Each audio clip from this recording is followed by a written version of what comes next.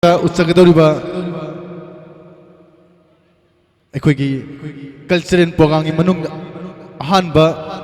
Ham Upigadaba Saktam Kanglei Tangta Hoziki Mamingdo Kanglei Tangta Kanglei Tangta Saktam Hariba si group asina upigadaba boksa jagoi myang khwai punamani miyeng tabigani lobirasi saktam kanguna myang upigadaba jagoi boksa jagoi lekhapinawni singjari thank you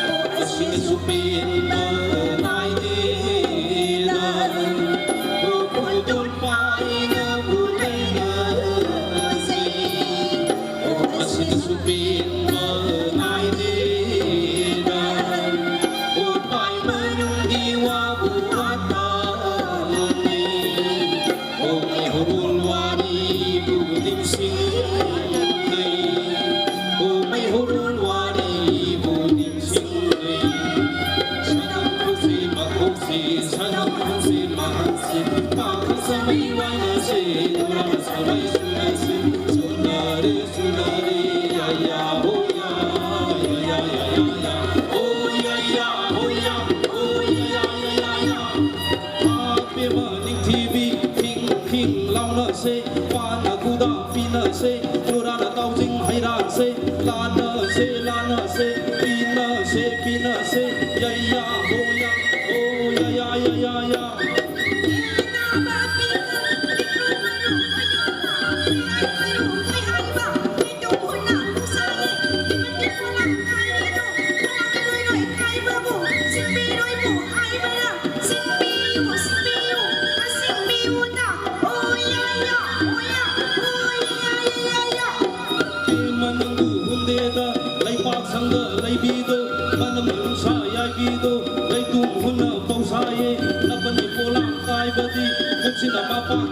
ꯂꯒ ꯀꯃꯩ ꯑꯃ ꯍꯩꯌꯥꯜꯂꯒ ꯁꯤꯡꯕꯤꯒꯦ ꯁꯤꯡꯕꯤꯒꯦ ꯃꯁꯤꯡꯕꯤꯒꯦꯗ ꯍꯣꯌꯥ ꯍꯣꯌꯥ ꯍꯣꯌꯥ ꯌꯥ ꯌꯥ ꯌꯥ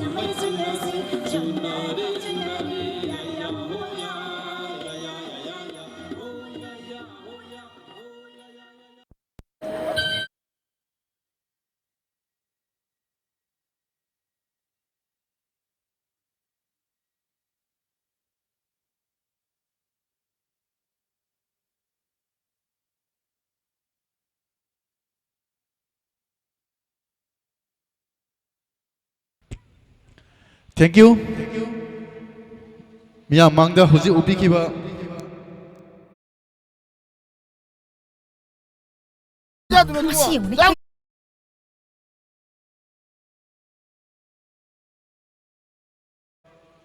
matam kaya ki mamangdagi puari da leramlaba isai sayak kaya da modelize tawthokduna ngasidi culture gi performer oina ngasidi manipur gi mafam kaya kaya da satuna dugumlaba uliba sugumla jagoi gi team haibadi makhoi gi sugumlaba makhoi gi su performing saktam haina mingthonba saktam hairiba sugumlaba maming asi sanginata kanglei thangta irom maijau hairiba irom maijau dagi saktam hairiba group asigi kalakar singnani hoji miyam mamangda ubikribadu amaga su wali amuk su wali anira wali miyam khudimangna su amukasu hore muksu du miyeng tabiyu mathangda हाइरिबा सुकुमबा group असिगी नुंगाइरबा थांग तामुकसु म्याम पुनि जिंगमिनसी थांग यानबा योपाक यानबा थांजौग सोरिगी यानबा ma'am यावेनि हाय आइदु उद्री ma'am पुनि जिंगमिनसी थैंक यू लेंथोक पिरक्सी सक्तम गी Thangta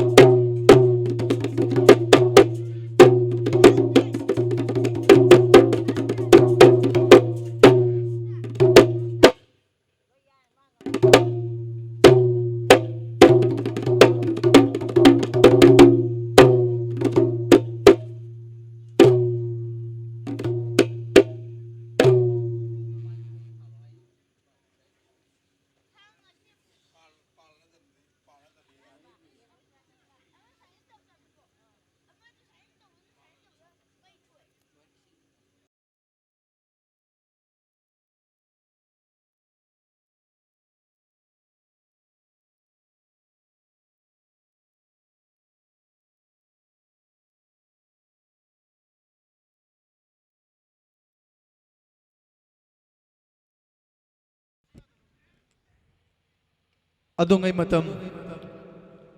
Manipur da British na lengak khudum salingai matam da ngasi miyang na mang na ubiriba Maitei masa amoina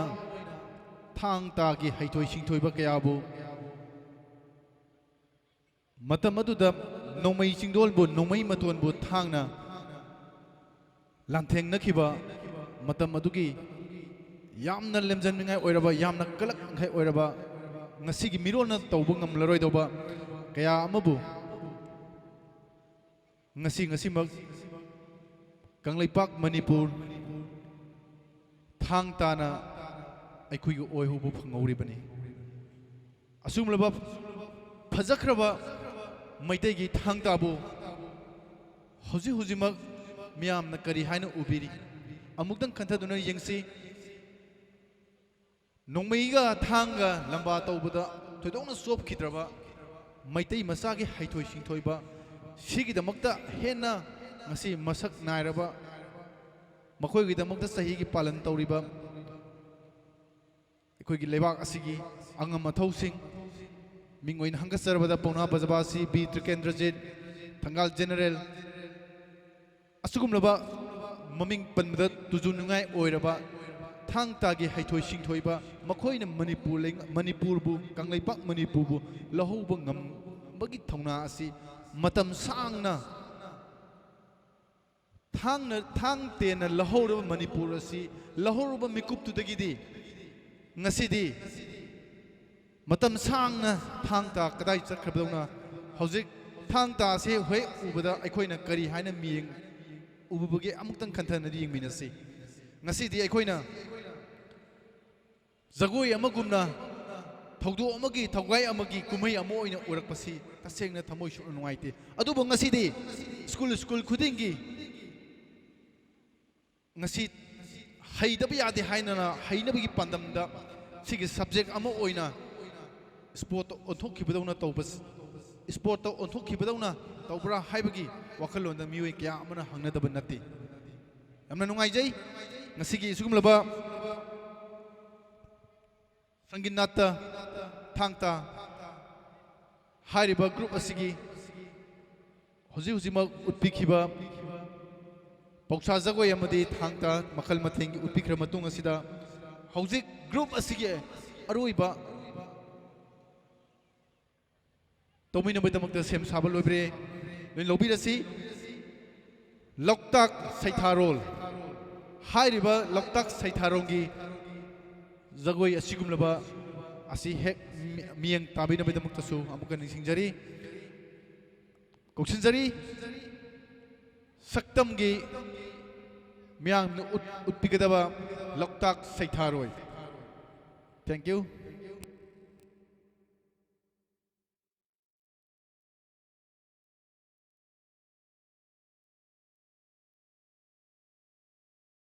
Si, saro si.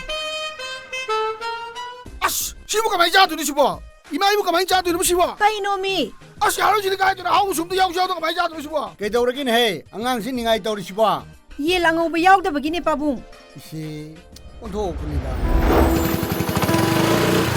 Si, siga saro si. 아 시부 가만히 자두니 시부 이마 아 시부 하고 샤도 못 달래 봐 Siga saro ba? 자니 자두 가만히 자두니 Masiyang 시부 야고 샤도 못 masiyang 봐 masiyang. Ako'y matamdadi bora kangaw khara yaw radi lore. Masigi angang sige. Kaidoray tema. Karigi oinigi sabagi ningay ni dana. Se siun charu se. 자닝게 봐 지가 로 자닝게 봐 Masiyang. Se khangde lok tharak tanga riba. Phong saban Nambol Bora ni. Ha, Nambol Bora. Nambol Bora. Oh, Kayo mani. na hay siya. Nambol Bora. Nambol mani. Bora. Haymay. Tauri sanine. shimune. Haymay kari kusano. Tema lakliba January tang 10 dagi 30 phawbu se. Chidai sida Nambol Higher Secondary Ground da khoi pulap chalu se. Nambol Higher Secondary Ground haisi khori phabagi ground du natro. Mani tema. Aduda kai leigi. Aduda Nambol Bora Festival pangthokani ba. Oh. Aduda ne akhoi tamu ne itai mane ibu ne akhoi pulap chalu se ba. Sasiyai. Chalo hay noy dang. Ay ne number 1 chatuy siya. 아이쇼 아다 접부 야고 이거 부부야 Awabang haktang pothanaba indigenous food item the base toba. Nambol Bora Festival 2020. Machu kaya gi marakta ahau ba Nambol gi Bora saru se.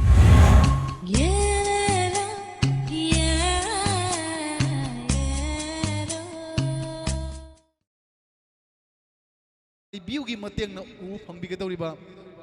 ꯈ꯭ꯋꯥꯏ ꯄꯨꯝꯅꯃꯛꯄꯨꯁꯨ ꯃꯐꯝ ꯑꯁꯤꯗ ꯂꯥꯛꯄꯤꯗꯨꯅ ꯌꯨꯇ꯭ꯌꯨꯕꯇ ꯕꯣꯔꯥꯒꯤ ꯃꯍꯥꯎꯗꯤ ꯈꯪꯕ ꯉꯝꯃꯣꯏ ꯌꯨꯇ꯭ꯌꯨꯕꯇ ꯃꯐꯝ ꯑꯁꯤꯒꯤ ꯇꯣꯉꯥꯟ ꯇꯣꯉꯥꯟꯕ ꯐꯖꯕꯁꯤ ꯂꯣꯏꯅꯃꯛ ꯑꯃꯨꯛꯇꯪ ꯎꯕ ꯐꯪꯕ ꯉꯝꯂꯣꯏ ꯑꯗꯨꯅ ꯑꯗꯣꯝꯒꯤ ꯑꯁꯪꯕ ꯃꯇꯝꯗ ꯂꯦꯡꯕꯤꯔꯛꯇꯨꯅ ꯉꯁꯤꯃꯛ ꯅꯝꯕꯣꯜ ꯕꯣꯔꯥꯒꯤ ꯐꯖꯔꯕ ꯅꯝꯕꯣꯜ ꯀꯩꯊꯦꯜꯒꯤ ꯏꯃꯥ ꯏꯕꯦꯜꯁꯤꯡꯅ ꯅꯝꯕꯣꯜ ꯀꯩꯊꯦꯜꯗ ꯕꯣꯔꯥ ꯌꯣꯟꯕ ꯇꯣꯛꯊꯣꯛꯂꯒ ꯅꯨꯃꯤꯠ 9ꯅꯤ ꯑꯁꯤ ꯏꯍꯥꯡ ꯍꯥꯡꯅ ꯂꯩꯍꯧꯔꯕ ꯅꯝꯕꯣꯜ ꯀꯩꯊꯦꯜꯒꯤ ꯐꯖꯔꯕ ꯖꯒꯥ ꯊꯥꯗꯣꯛꯂꯝꯂꯒ ꯅꯝꯕꯣꯜꯒꯤ ꯕꯣꯔꯥ ꯑꯁꯤꯕꯨ ꯍꯦꯟꯅ ꯃꯄꯨꯡ ꯐꯥꯅ ꯃꯤꯌꯥꯝꯅ ꯈꯪꯍꯟꯅꯕ ꯍꯣꯠꯅꯕꯗ ꯄꯥꯟꯗꯝꯗ ꯅꯝꯕꯣꯜ ꯕꯣꯔꯥ ꯑꯦꯁꯣꯁꯤꯌꯦꯁꯟꯒꯤ ꯈꯨꯠꯁꯝꯅꯔꯒ ꯀꯪꯂꯩ ꯏꯀꯣ ꯇꯨꯔꯤꯖꯝ ꯗꯤꯕꯦꯂꯞꯃꯦꯟ ꯑꯦꯁꯣꯁꯤꯌꯦꯁꯟꯅ ꯑꯁꯨꯝꯕ ꯐꯦꯁꯇꯤꯚꯦꯜ ꯑꯁꯤ ꯁꯤꯟꯖꯗꯨꯅ ꯈ꯭ꯋꯥꯏ ꯄꯨꯝꯅꯃꯛꯅ ꯃꯐꯝ ꯑꯁꯤ ꯂꯥꯛꯄꯤꯗꯨꯅ ꯕꯣꯔꯥ ꯆꯥꯕꯤꯔꯤ ꯍꯥꯏꯔꯤꯕ ꯅꯨꯃꯤꯠ 8ꯅꯤ ꯅꯨꯃꯤꯠ 9ꯅꯤ ꯑꯁꯤꯗ ꯅꯝꯕꯣꯜ ꯏꯃꯥ ꯏꯕꯦꯜꯁꯤꯡꯅ ꯉꯁꯤꯃꯛ ꯄꯨꯊꯣꯛꯇꯨꯅ ꯃꯈꯜ ꯃꯊꯦꯜꯒꯤ ꯐꯖꯔꯕ ꯇꯦꯕꯜ ꯐꯖꯔꯕ ꯁ꯭ꯇꯣꯜꯁꯤꯡꯒꯤ ꯃꯅꯨꯡꯗ ꯏꯃꯥ ꯏꯕꯦꯜꯁꯤꯡꯅ ꯌꯥꯝꯅ ꯅꯤꯡꯊꯤꯖꯅ ꯅꯥꯟꯅ ꯁꯦꯝ ꯁꯥꯔꯤꯕ ꯕꯣꯔꯥ ꯑꯁꯤꯕꯨ ꯌꯨꯇ꯭ꯌꯨꯕꯇ ꯌꯦꯡꯂꯤꯕ ꯏꯆꯤꯜ ꯏꯅꯥꯎꯁꯤꯡꯅꯗꯤ ꯃꯅꯝꯁꯨ ꯇꯥꯕ ꯐꯪꯉꯣꯏ ꯃꯍꯥꯎꯁꯨ ꯐꯪꯉꯣꯏ ꯍꯥꯏꯅ ꯈꯟꯖꯩ ꯃꯔꯝ ꯑꯗꯨꯅ ꯑꯁꯪꯕ ꯅꯨꯃꯤꯠ 9ꯅꯤ ꯑꯁꯤꯒꯤ ꯑꯁꯪꯕ ꯃꯇꯝ ꯂꯦꯝꯍꯧꯔꯤꯕ ꯅꯨꯃꯤꯠ 8ꯅꯤ ꯑꯁꯤꯒꯤ ꯑꯁꯪꯕ ꯃꯇꯝꯗ ꯂꯦꯡꯕꯤꯔꯛꯇꯨꯅ ꯐꯦꯁꯇꯤꯚꯦꯜ ꯑꯁꯤꯒꯤ ꯃꯍꯥꯎ ꯅꯝꯕꯣꯜ ꯕꯣꯔꯥꯒꯤ ꯃꯍꯥꯎ ꯆꯥꯕ ꯂꯥꯛꯄꯤꯌꯨ ꯍꯥꯏꯗꯨꯅ ꯁꯤꯟꯖ ꯂꯥꯡꯖꯔꯤꯕ ꯃꯀꯩ ꯀꯦꯞꯇꯥꯒꯤ ꯃꯥꯏꯀꯩꯗ ꯍꯟꯅ ꯅꯤꯡꯁꯤꯡꯖꯔꯤ ꯊꯦꯡꯛ ꯌꯨ ꯑꯦꯔꯦꯟꯖꯃꯦꯟ ꯂꯣꯏꯔꯦ ꯍꯥꯏꯅ ꯇꯥꯛꯄꯤꯔꯦ ꯀꯧꯈꯠꯆꯔꯤ ꯁꯛꯇꯝꯒꯤ ꯀꯥꯡꯕꯨꯅ ꯃꯤꯌꯥꯝꯒꯤ ꯃꯊꯪ ꯎꯠꯀꯗꯧꯔꯤꯕ ꯂꯣꯛꯇꯥꯛ ꯁꯩꯊꯥꯔꯣꯜ Light off.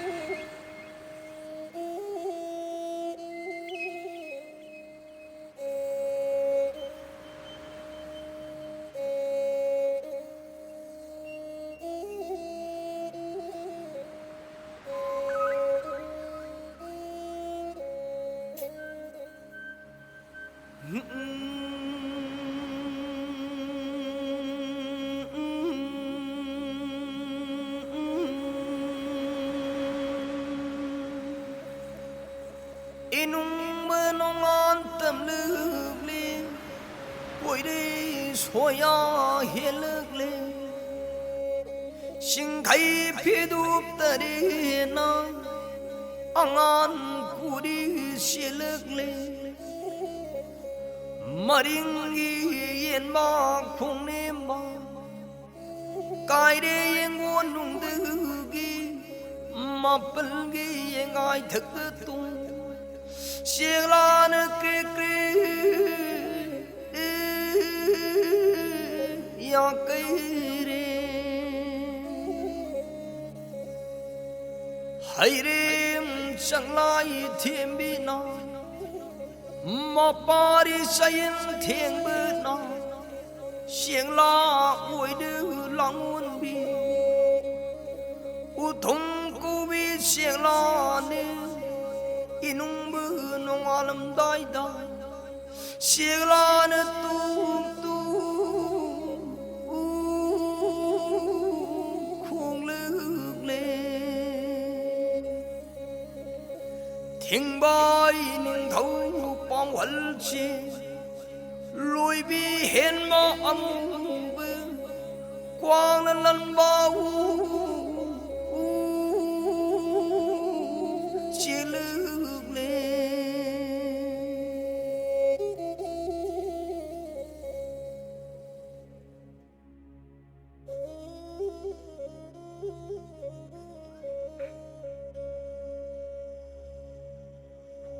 Lúc ta ý xa mà bên đi khăm và khôn lấy tăng khôn kê hông tư ru khôn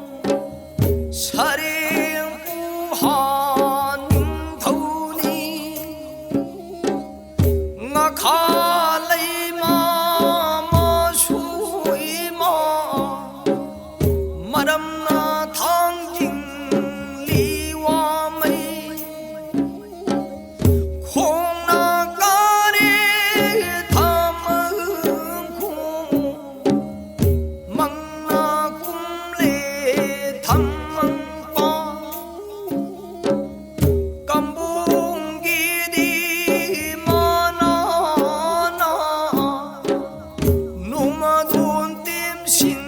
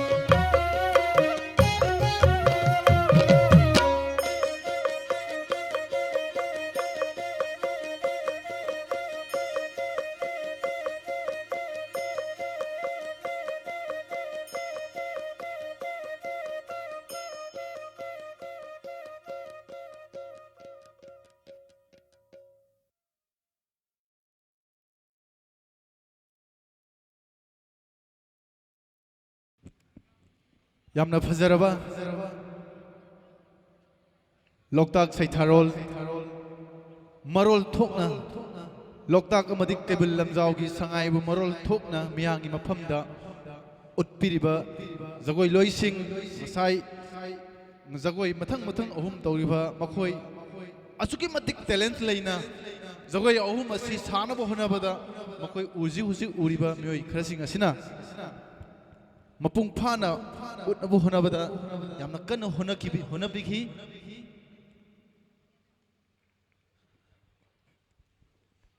askum laba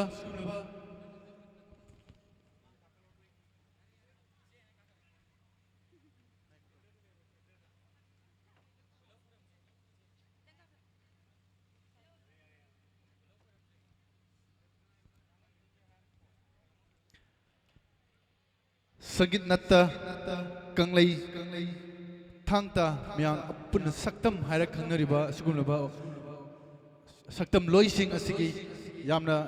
leader haibatare sigi choreograph visualization kwai punamaki senbiriba agi sal sangita myang punamana ahoba kuba khuidana taran upigani hoji mak upikriba Nambol Bora festival damakta mahakna present tobigani haiduna organizing committee da koina hapetang pallubada mahakne henna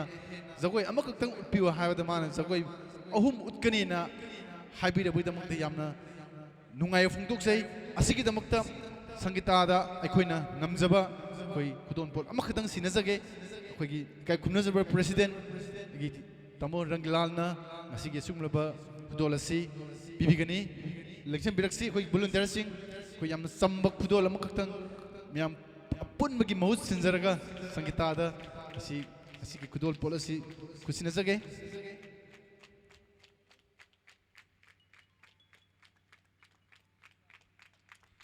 miam kuba hauna kubigani askoi president da asumnaba ngasi gi kaigumba phongka thamina Thank you. Yam thagatsari, yam nungaijai. Ngasi ahan boina hokdok saba Nambol Bora festival gi ahan boina hokdok saba numit ngasi tagina numit nipani satha jagatoba aduga next year da su sahi chupa lepa laitana hariba season da sida pangthok sarakatoriba suma festival sigi hokdok numit ka mari leina formal function loirba matungda Nambol Bora festival 2020 gi ahanba performer haiba tare performer group isal gi team da akoi gi harau tayamba nungai jaba apen badu phongdok sari isal gi team all of thank you very much thagat sari link thabiras ate isal di aktang lehogi si ko ai kenam tang makha taba interaction do ai gi inau suresh ka thamanjage ai gi wafam telapa matang numidangi matam sida thamjaramge Nambol Bora festival asi lengbiraiba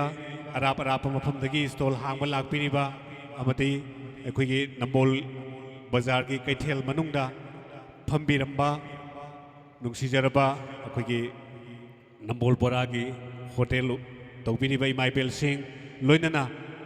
stall phambiriba singa loinarakpa amati arap gi akoigi Bora festival su yengba lakpiriba khwai punamangna henna pungning thogatpiba amadi laikai asida lamdam asida laibiriba khwai punamaksu henna pungning thogatpiduna kedana sinjalangjariba Nambol Bora festival 2020 ase henna mapung phaba khana chainaba charangnaba nungaitaba thodok amata thohanbidana mapung phana pangthokjaba ngamjanabagidabak khwai punamaktagi kubak sangjau tara lonaduna sojong nijari thank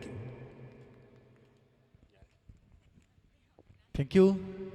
Thagasari Kaikunme President Yam Manipur ki kasin kaya thungna khangnariba phagi fuba ngasidi kedagi asoba thogai paibiduna ngasigi sumluba thorom sing asi sinbeno honabada yamna ngasi ju soidaba soi yati haina khanduna yamna kanna honabiriba yamani makha asidi ngasigi jagoi sida thamjage chal sangita ngasi miyam mangda utpigiba jagoi ahum adu ꯑꯍꯥꯟꯕꯗ ꯑꯩꯅ ꯍꯥꯏꯖꯔꯔꯣꯏꯒꯦ ꯅꯪ ꯅꯣꯏ ꯍꯥꯏꯔꯣ ꯅꯍꯥꯛꯀꯤ ꯃꯤꯡ ꯂꯩꯐꯝ ꯇꯧꯔꯛꯏꯕ ꯉꯁꯤꯒꯤ ꯖꯒꯣꯏꯒꯤ ꯁ꯭ꯇꯥꯏꯂꯤꯁ ꯀꯣꯁꯇ꯭ꯌꯨꯝ ꯍꯥꯏꯔꯤꯕꯁꯤꯡꯒꯤ ꯃꯇꯥꯡꯗ ꯇꯦꯜꯂꯞꯅ ꯃꯐꯝꯒ ꯊꯝꯕꯤꯅꯕ ꯊꯤꯡꯖꯔꯤ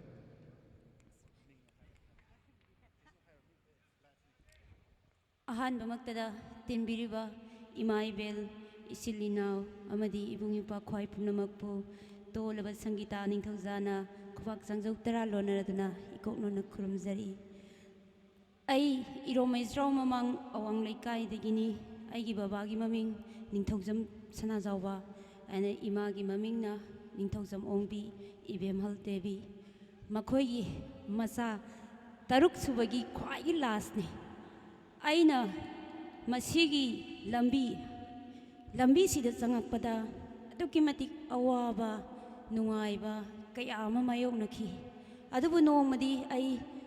ꯏꯁꯣꯔꯒꯤ ꯑꯃꯁꯨꯡ ꯃꯤꯌꯥꯝꯒꯤ ꯊꯧꯒꯜ ꯇꯧꯕ ꯉꯝꯒꯦ ꯍꯥꯏꯕꯒꯤ ꯄꯥꯟꯗꯝꯗ ꯉꯁꯤꯗꯤ ꯑꯩꯍꯥꯛ ꯑꯁꯤꯒꯨꯝꯂꯕ ꯃꯃꯜ ꯌꯥꯝꯂꯕ ꯁ꯭ꯇꯦꯖ ꯀꯥꯕ ꯐꯪꯖꯔꯦ ꯏꯃꯥꯒꯤ ꯏꯄꯥꯒꯤ ꯊꯧꯖꯥꯜꯗꯒꯤ ꯑꯗꯨꯒ ꯂꯝꯗꯝ ꯑꯁꯤꯕꯨ ꯀꯣꯜꯂꯤꯕ ꯏꯁꯣꯔꯕꯨꯁꯨ ꯑꯩꯅ ꯉꯝꯈꯩ ꯂꯩꯇꯅ ꯊꯥꯒꯠꯆꯩ ꯃꯔꯝꯗꯤ ꯏꯁꯣꯔꯒꯤ ꯃꯐꯝꯗ ꯑꯩꯅ ꯍꯧꯔꯛꯄ ꯃꯇꯝꯗ ꯏꯕꯦꯟꯗꯧꯒꯤ ꯊꯧꯒꯜ ꯇꯧꯖꯔꯝꯃꯤ ꯃꯗꯨꯒꯤ ꯃꯈꯥ ꯇꯥꯕꯗꯗꯤ ꯑꯩ ꯅꯝꯕꯣꯜ ꯃꯥꯏꯀꯩꯗ ꯁꯨꯃꯥꯏꯅ ꯈꯨꯗꯣꯡꯆꯥꯕ ꯑꯃꯠꯇ ꯐꯪꯈꯤꯗꯦ ꯑꯗꯨꯕꯨ ꯉꯁꯤꯗꯤ ꯁꯪꯒꯤꯇꯥꯒꯤ ꯃꯉꯥꯜ ꯍꯥꯏꯕꯗꯣ ꯏꯁꯣꯔꯅ ꯄꯤꯕꯤꯗꯨꯅ ꯑꯁꯤꯒꯨꯝꯂꯕ ꯃꯃꯜ ꯌꯥꯝꯂꯕ ꯁ꯭ꯇꯦꯖ ꯑꯁꯤꯗ ꯄꯔꯐꯣꯔꯃꯦꯟꯁ ꯇꯧꯕ ꯐꯪꯍꯟꯕꯤꯕꯒꯤꯗꯃꯛ ꯑꯗꯨꯛꯀꯤ ꯃꯇꯤꯛ ꯅꯨꯡꯉꯥꯏ ꯉꯁꯤ ꯎꯠꯈꯤꯕ ꯖꯒꯣꯏ ꯑꯍꯨꯝ ꯑꯁꯤ ꯑꯃꯅ ꯄꯧꯁꯥ ꯖꯒꯣꯏꯅꯤ ꯑꯗꯨꯒ ꯑꯃꯅ ꯊꯥꯡ ꯇꯥ ꯍꯥꯏꯔꯒ ꯈꯪꯅꯩ ꯃꯌꯥꯝꯅ ꯃꯥꯔꯁꯤꯌꯦꯜ ꯑꯥꯔꯠꯁ ꯍꯥꯏꯔꯒꯁꯨ ꯈꯪꯅꯔꯤꯕ ꯃꯁꯥꯟꯅ ꯑꯗꯨꯅꯤ ꯑꯗꯨꯒ ꯑꯔꯣꯏꯕꯒꯤꯁꯤꯗꯤ ꯂꯣꯛꯇꯥꯛ ꯏꯁꯥ ꯃꯥꯄꯜꯗ ꯆꯛꯇꯥꯔꯤꯕ ꯀꯌꯥ ꯑꯃ ꯉꯁꯤꯗꯤ ꯁꯨꯝ ꯃꯥꯡꯁꯤꯜꯂꯛꯄꯒꯨꯝ ꯁꯉꯥꯏ ꯍꯥꯏꯔꯤꯕ ꯑꯩꯈꯣꯏꯒꯤ ꯇꯥꯡꯂꯕ ꯖꯤꯕꯁꯤ ꯑꯗꯨꯛꯀꯤ ꯃꯇꯤꯛ ꯐꯖꯩ ꯑꯗꯨꯛꯀꯤ ꯃꯇꯤꯛ ꯅꯤꯡꯊꯤꯖꯩ ꯉꯁꯤ ꯇꯥꯡꯂꯕ ꯁꯥ ꯑꯁꯤꯕꯨ ꯑꯩꯈꯣꯏꯅ ꯀꯔꯝꯅ ꯌꯣꯛꯈꯠꯀꯗꯒꯦ ꯍꯥꯏꯕꯗ ꯑꯗꯨꯛꯀꯤ ꯃꯇꯤꯛ ꯃꯣꯏꯗ ꯑꯋꯥꯕꯁꯤ ꯌꯥꯝꯅ ꯐꯪꯉꯤ ꯍꯥꯏꯅ ꯁꯨꯃꯥꯏꯅ ꯍꯥꯏꯕꯤ ꯑꯗꯨꯒꯨꯝꯕ ꯀꯌꯥꯗꯨꯅ ꯃꯈꯣꯏꯅ ꯅꯨꯡꯉꯥꯏꯖꯕ ꯑꯗꯒꯤ ꯁꯥꯟꯅꯖꯕ ꯀꯌꯥꯗꯣ ꯁꯨꯃꯥꯏꯅ ꯖꯦꯅꯦꯔꯦꯁꯟ ꯇꯨ ꯖꯦꯅꯦꯔꯦꯁꯟꯗꯗꯤ ꯃꯥꯡꯈꯤꯕ ꯌꯥꯕꯒꯤ ꯈꯨꯗꯣꯡꯆꯥꯕꯗꯣ ꯂꯩꯕꯗꯒꯤ ꯁꯨꯃꯥꯏꯅ ꯏꯁꯩꯗ ꯑꯩꯈꯣꯏꯅ ꯁꯩꯊꯥꯖꯔꯒ ꯄꯨꯊꯣꯛꯆꯕꯅꯤ ꯑꯁꯣꯏꯕ ꯑꯔꯥꯟꯕ ꯀꯌా ꯌꯥꯎꯔꯕꯁꯨ ꯇꯤꯟꯕꯤꯔꯤꯕ ꯈꯥꯏ ꯄꯨꯝꯅꯃꯛꯅ ꯄꯥꯡꯖꯗ꯭ꯔꯤꯕ ꯑꯥꯔꯇꯤꯁꯅꯤ ꯈꯟꯕꯤꯔꯒ ꯉꯥꯛꯄꯤꯒꯅꯤ ꯍꯥꯏꯅ ꯑꯃꯨꯛꯀꯁꯨ ꯍꯟꯅ ꯈꯨꯔꯨꯝꯖꯔꯤ ꯌꯥꯝ ꯋꯥꯠꯂꯤ ꯅꯪ ꯌꯥꯔꯕ꯭ꯔꯥ ꯍꯪꯖꯤꯜꯂꯗꯤ ꯉꯁꯤ ꯅꯍꯥꯛꯅ ꯁꯥꯔꯤꯕ ꯂꯣꯛꯇꯥꯛ ꯁꯩꯊꯥꯔꯣꯟ ꯖꯒꯣꯏ ꯑꯁꯨꯝꯅ ꯃꯊꯪꯒꯤ ꯑꯅꯤꯁꯨꯕ ꯅꯝꯕꯣꯜ ꯕꯣꯔꯥ ꯐꯦꯁꯇꯤꯚꯦꯜꯗ ꯕꯣꯔꯥꯕꯨ ꯁꯩꯊꯥꯕ ꯂꯩꯔꯔꯣꯏ ꯂꯩꯗꯧ ꯃꯥꯟꯗꯕ ꯑꯩꯈꯣꯏꯒꯤ ꯉꯁꯤ ꯅꯍꯥꯛꯁꯨ ꯏꯁꯩ ꯁꯛꯄ ꯌꯥꯝꯅ ꯍꯩꯈꯤꯕꯅꯤ ꯁꯪꯒꯤꯇꯥ ꯑꯁꯤ ꯃꯍꯥꯛ ꯑꯩꯒꯤ ꯏꯀꯥꯏ ꯈꯨꯝꯅꯖꯔꯕ ꯌꯥꯝꯅ ꯑꯩꯒꯤ ꯉꯁꯤꯃ ꯂꯦꯡꯁꯤꯟꯕꯤꯔꯤꯕ ꯏꯀꯥꯏ ꯈꯨꯝꯅꯖꯕ ꯈꯣꯏꯁꯇꯥꯝ ꯑꯣꯖꯥ ꯔꯅꯕꯤꯔꯅ ꯃꯍꯥꯛꯀꯤ ꯃꯈꯥꯗ ꯑꯩꯒꯤ ꯏꯆꯜ ꯊꯤꯌꯦꯇꯔ ꯍꯥꯏꯕꯗꯤ ꯗ꯭ꯔꯃꯥ ꯌꯥꯎꯃꯤꯟꯅꯈꯤ ꯃꯍꯥꯛꯅ ꯏꯊꯥ ꯊꯥꯖꯗꯅ ꯏꯁꯩ ꯑꯃ ꯁꯛꯂꯛꯈꯤ ꯑꯩꯅ ꯏꯊꯥ ꯊꯥꯖꯗꯅ ꯄꯨꯡ ꯑꯃ ꯌꯩꯈꯤ ꯑꯗꯨꯕꯨ ꯀꯅꯥꯝꯇꯅ ꯌꯦꯡꯕꯤꯈꯤꯗꯦ ꯀꯅꯥꯝꯇ ꯅꯣꯛꯄꯤꯈꯤꯗꯦ ꯑꯩ ꯏꯁꯥ ꯏꯊꯟꯇ ꯑꯩꯈꯣꯏꯅꯤ ꯌꯦꯡꯖꯟ ꯅꯣꯛꯆꯕꯗ ꯄꯤ ꯇꯥꯈꯤ ꯑꯗꯨꯒꯤ ꯏꯁꯩꯗꯨ ꯉꯁꯤ ꯄꯨꯊꯣꯛꯑꯦ ꯍꯥꯏꯔꯒ ꯇꯣꯉꯥꯟꯕ ꯐꯖꯕ ꯂꯣꯟꯗ ꯃꯌꯥꯝ ꯕꯣꯔꯥ ꯐꯝꯕꯤꯔꯤꯕ ꯏꯁꯣꯔꯒꯤ ꯏꯃꯥ ꯏꯕꯦꯜꯁꯤꯡꯗꯨ ꯑꯃ ꯌꯦꯡꯕꯤꯌꯨꯀꯣ ꯕꯣꯔꯥ ꯁꯩꯊꯥꯕ ꯏꯁꯩ ꯑꯃ ꯁꯛꯍꯟꯖꯒꯦ ꯗꯥ ꯁꯨꯔꯦꯁꯅ ꯑꯩꯕꯨ ꯄꯪꯊꯥꯗ ꯊꯥꯒꯠꯂꯦ ꯑꯩꯗꯤ ꯇꯁꯦꯡꯅ ꯍꯩꯖꯗꯕꯅꯤꯀꯣ ꯃꯌꯥꯝꯒꯤ ꯅꯨꯡꯁꯤꯕꯒꯤ ꯊꯧꯖꯥꯜꯒꯤ ꯃꯈꯥꯗ ꯁꯨꯝ ꯇꯧꯖꯕꯅꯤ ꯀꯩ ꯍꯥꯏꯅ ꯁꯩꯊꯥꯗꯣꯏꯅꯣ ꯈꯪꯗꯦ ꯍꯣꯔꯦꯟ ꯃꯔꯛꯇ ꯑꯗꯨꯝ ꯌꯥꯟꯁꯟꯕ ꯌꯥꯕ꯭ꯔꯥ ꯌꯦꯡꯉꯣ ꯏꯁꯩ ꯐꯖꯕ ꯏꯅꯥꯠꯀꯤ ꯑꯣꯏꯕ ꯅꯠꯇ꯭ꯔꯒ ꯅꯪꯅ ꯑꯍꯩꯕ ꯏꯁꯩ ꯑꯃ ꯁꯛꯑꯣ ꯈꯔ ꯂꯝꯗꯝ ꯇꯥꯝꯅ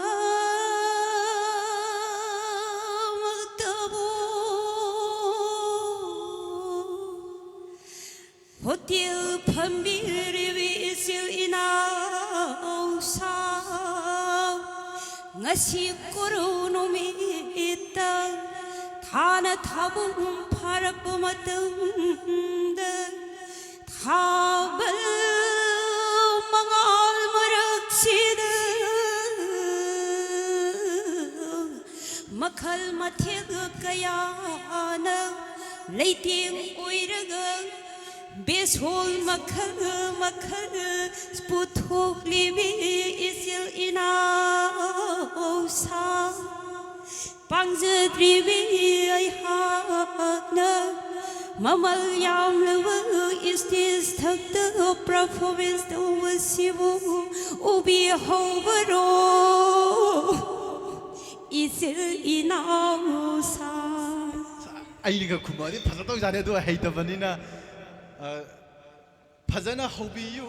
ꯍꯥꯏꯗꯣꯉꯥꯏꯔꯦ ꯀꯩꯁꯨ ꯎꯄꯥꯏ ꯂꯩꯇꯦ ꯊꯥꯒꯠꯆꯔꯤ ꯑꯩꯒꯤ ꯏꯆꯜ ꯁꯪꯒꯤꯇꯥ ꯁꯃꯨꯔꯣꯛꯇꯒꯤ ꯑꯩꯒꯤ ꯏꯆꯜ ꯁꯪꯒꯤꯇꯥ ꯏꯔꯣꯝ ꯃꯩꯖ꯭ꯔꯥꯎ ꯃꯍꯥꯛꯅ ꯑꯁꯨꯒꯨꯝꯕ ꯃꯃꯜ ꯌꯥꯝꯂꯕ ꯑꯩꯅ ꯊꯥꯖꯗꯕ ꯖꯒꯣꯏ ꯀꯌꯥ ꯑꯃ ꯄꯨꯊꯣꯛꯄꯤꯗꯨꯅ ꯉꯁꯤ ꯁꯦꯁꯛꯇ ꯎꯠꯄꯤꯕ ꯐꯪꯍꯟꯕꯤꯕꯒꯤꯗꯃꯛꯇ ꯁꯤꯟꯖ ꯂꯥꯡꯖꯔꯤꯕꯁꯤꯡꯒꯤ ꯃꯥꯏꯀꯩꯗꯒꯤ ꯍꯟꯅ ꯊꯥꯒꯠꯆꯔꯤ thank you Thank you all of you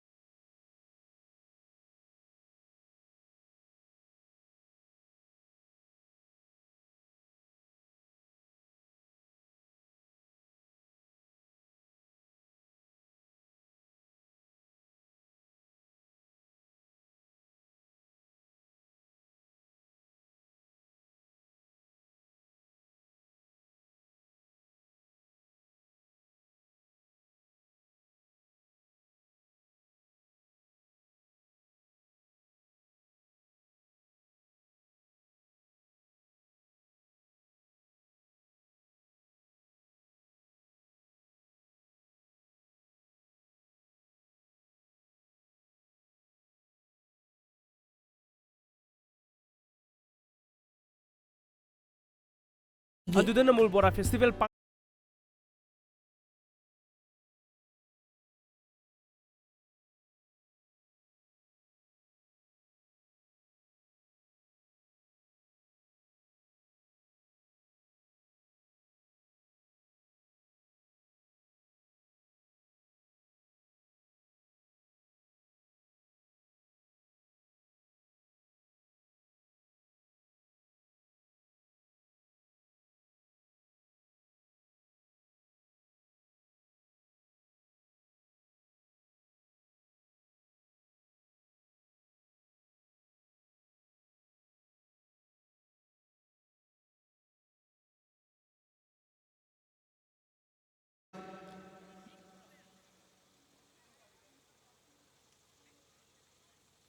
ꯑꯩꯈꯣꯏꯒꯤ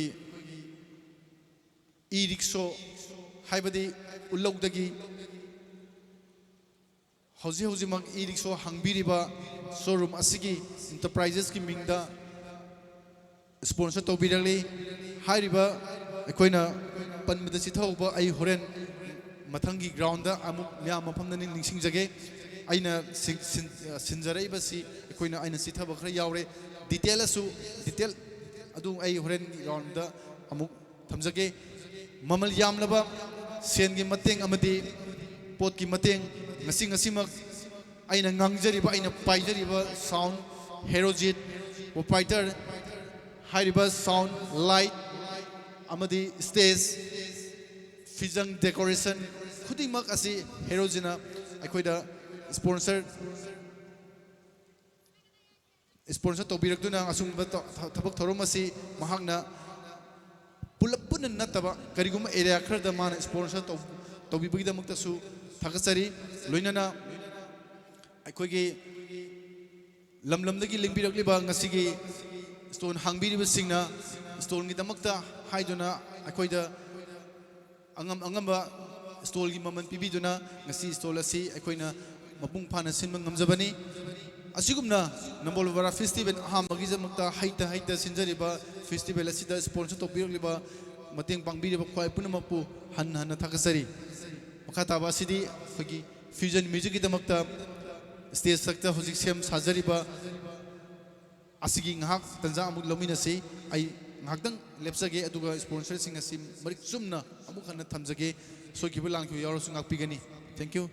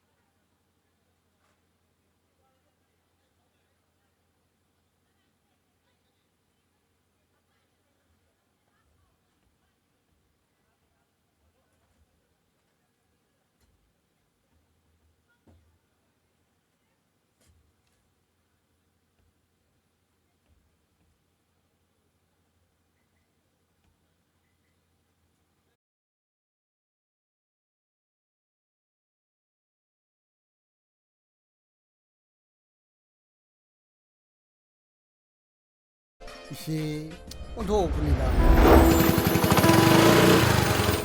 시가 싸로서. 시부 많이 자두는 시부이마. 시부 하우스도 부달래봐. 시가 싸로봐. 자니 자두는 많이 자두는 누가? ꯑꯩꯈꯣꯏꯒꯤ ꯃꯇꯝꯗꯗꯤ ꯕꯣꯔꯥ ꯀꯥꯡꯉꯧ ꯈꯔ ꯌꯥꯎꯈ꯭ꯔꯗꯤ ꯂꯣꯏꯔꯦ ꯃꯁꯤꯒꯤ ꯑꯉꯥꯡꯁꯤꯗꯤ ꯀꯩꯗꯧꯔꯤ ꯏꯇꯩꯃ ꯀꯔꯤꯒꯤ ꯑꯣꯏꯅꯤꯒꯤ ꯆꯥꯕꯒꯤ ꯅꯤꯡꯉꯥꯏꯅꯤꯗꯅ ꯁꯤ ꯑꯣꯏꯅ ꯆꯥꯔꯨꯁꯦ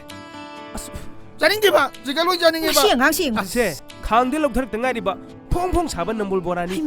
ꯅꯝꯕꯣꯜ ꯕꯣꯔꯥ ꯅꯝꯕꯣꯜ ꯕꯣꯔꯥ ꯀꯩꯅꯣꯅꯦ 하시고 ꯅꯝꯕꯣꯜ ꯕꯣꯔꯥ ꯃꯥꯅꯤ ꯍꯩꯃꯩꯃ ꯑꯁ ꯇꯧꯔꯤꯁꯤꯉꯨꯅꯦ ꯍꯩꯃꯩꯃ ꯀꯔꯤ ꯈꯨꯖꯥꯅꯣ ꯏꯇꯩꯃ ꯂꯥꯛꯂꯤꯕ ꯖꯅꯋꯥꯔꯤ ꯇꯥꯡ 10ꯗꯒꯤ 13 ꯐꯥꯎꯕꯁꯦ ꯁꯤꯗꯩꯁꯤꯗ ꯅꯝꯕꯣꯜ ꯍꯥꯌꯔ ꯁꯦꯀꯦꯟꯗꯔꯤ ꯒ꯭ꯔꯥꯎꯟꯗ ꯑꯩꯈꯣꯏ ꯄꯨꯂꯞ ꯆꯠꯂꯨꯁꯦ ꯅꯝꯕꯣꯜ ꯍꯥꯌꯔ ꯁꯦꯀꯦꯟꯗꯔꯤ ꯒ꯭ꯔꯥꯎꯟ ꯍꯥꯏꯁꯤ ꯈꯣꯔꯤ ꯐꯥꯕꯒꯤ ꯒ꯭ꯔꯥꯎꯟꯗꯨ ꯅꯠꯇ꯭ꯔꯣ ꯃꯥꯅꯤ ꯏꯇꯩꯃ ꯑꯗꯨꯗ ꯀꯩ ꯂꯩꯒꯦ ꯑꯗꯨꯗ ꯅꯝꯕꯣꯜ ꯕꯣꯔꯥ ꯐꯦꯁꯇꯤꯚꯦꯜ ꯄꯥꯡꯊꯣꯛꯀꯅꯤꯕ ꯑꯣ ꯑꯗꯨꯗꯅꯦ ꯑꯩꯈꯣꯏ ꯇꯥꯃꯣꯅꯦ ꯏꯇꯩꯃꯅꯦ ꯏꯕꯨꯡꯅꯦ ꯑꯩꯈꯣꯏ ꯄꯨꯂꯞ ꯆꯠꯂꯨꯔꯁꯦꯕ ꯆꯠꯁꯤ ꯌꯥꯏꯌꯦ ꯆꯠꯂꯨꯍꯦ ꯅꯣꯏꯗꯪ ꯑꯩꯅꯦ ꯅꯝꯕꯔ 1 ꯆꯠꯇꯣꯏꯁꯦ ꯑꯩꯁꯨ ꯑꯗ ꯆꯠꯄ ꯌꯥꯎꯒꯦꯀꯣ ꯕꯨꯕꯨ ꯑꯋꯥꯕ ꯉꯥꯏꯍꯥꯛꯇꯪ ꯄꯣꯊꯥꯅꯕ ꯏꯟꯗꯤꯖꯤꯅꯁ ꯐꯨꯗ ꯑꯥꯏꯇꯦꯝꯗ ꯕꯦꯁ ꯇꯧꯕ ꯅꯝꯕꯣꯜ ꯕꯣꯔꯥ ꯐꯦꯁꯇꯤꯚꯦꯜ 2020 ꯃꯆꯨ ꯀꯌꯥꯒꯤ ꯃꯔꯛꯇ ꯑꯍꯥꯎꯕ ꯅꯝꯕꯣꯜꯒꯤ ꯕꯣꯔꯥ ꯆꯥꯔꯨꯁꯤ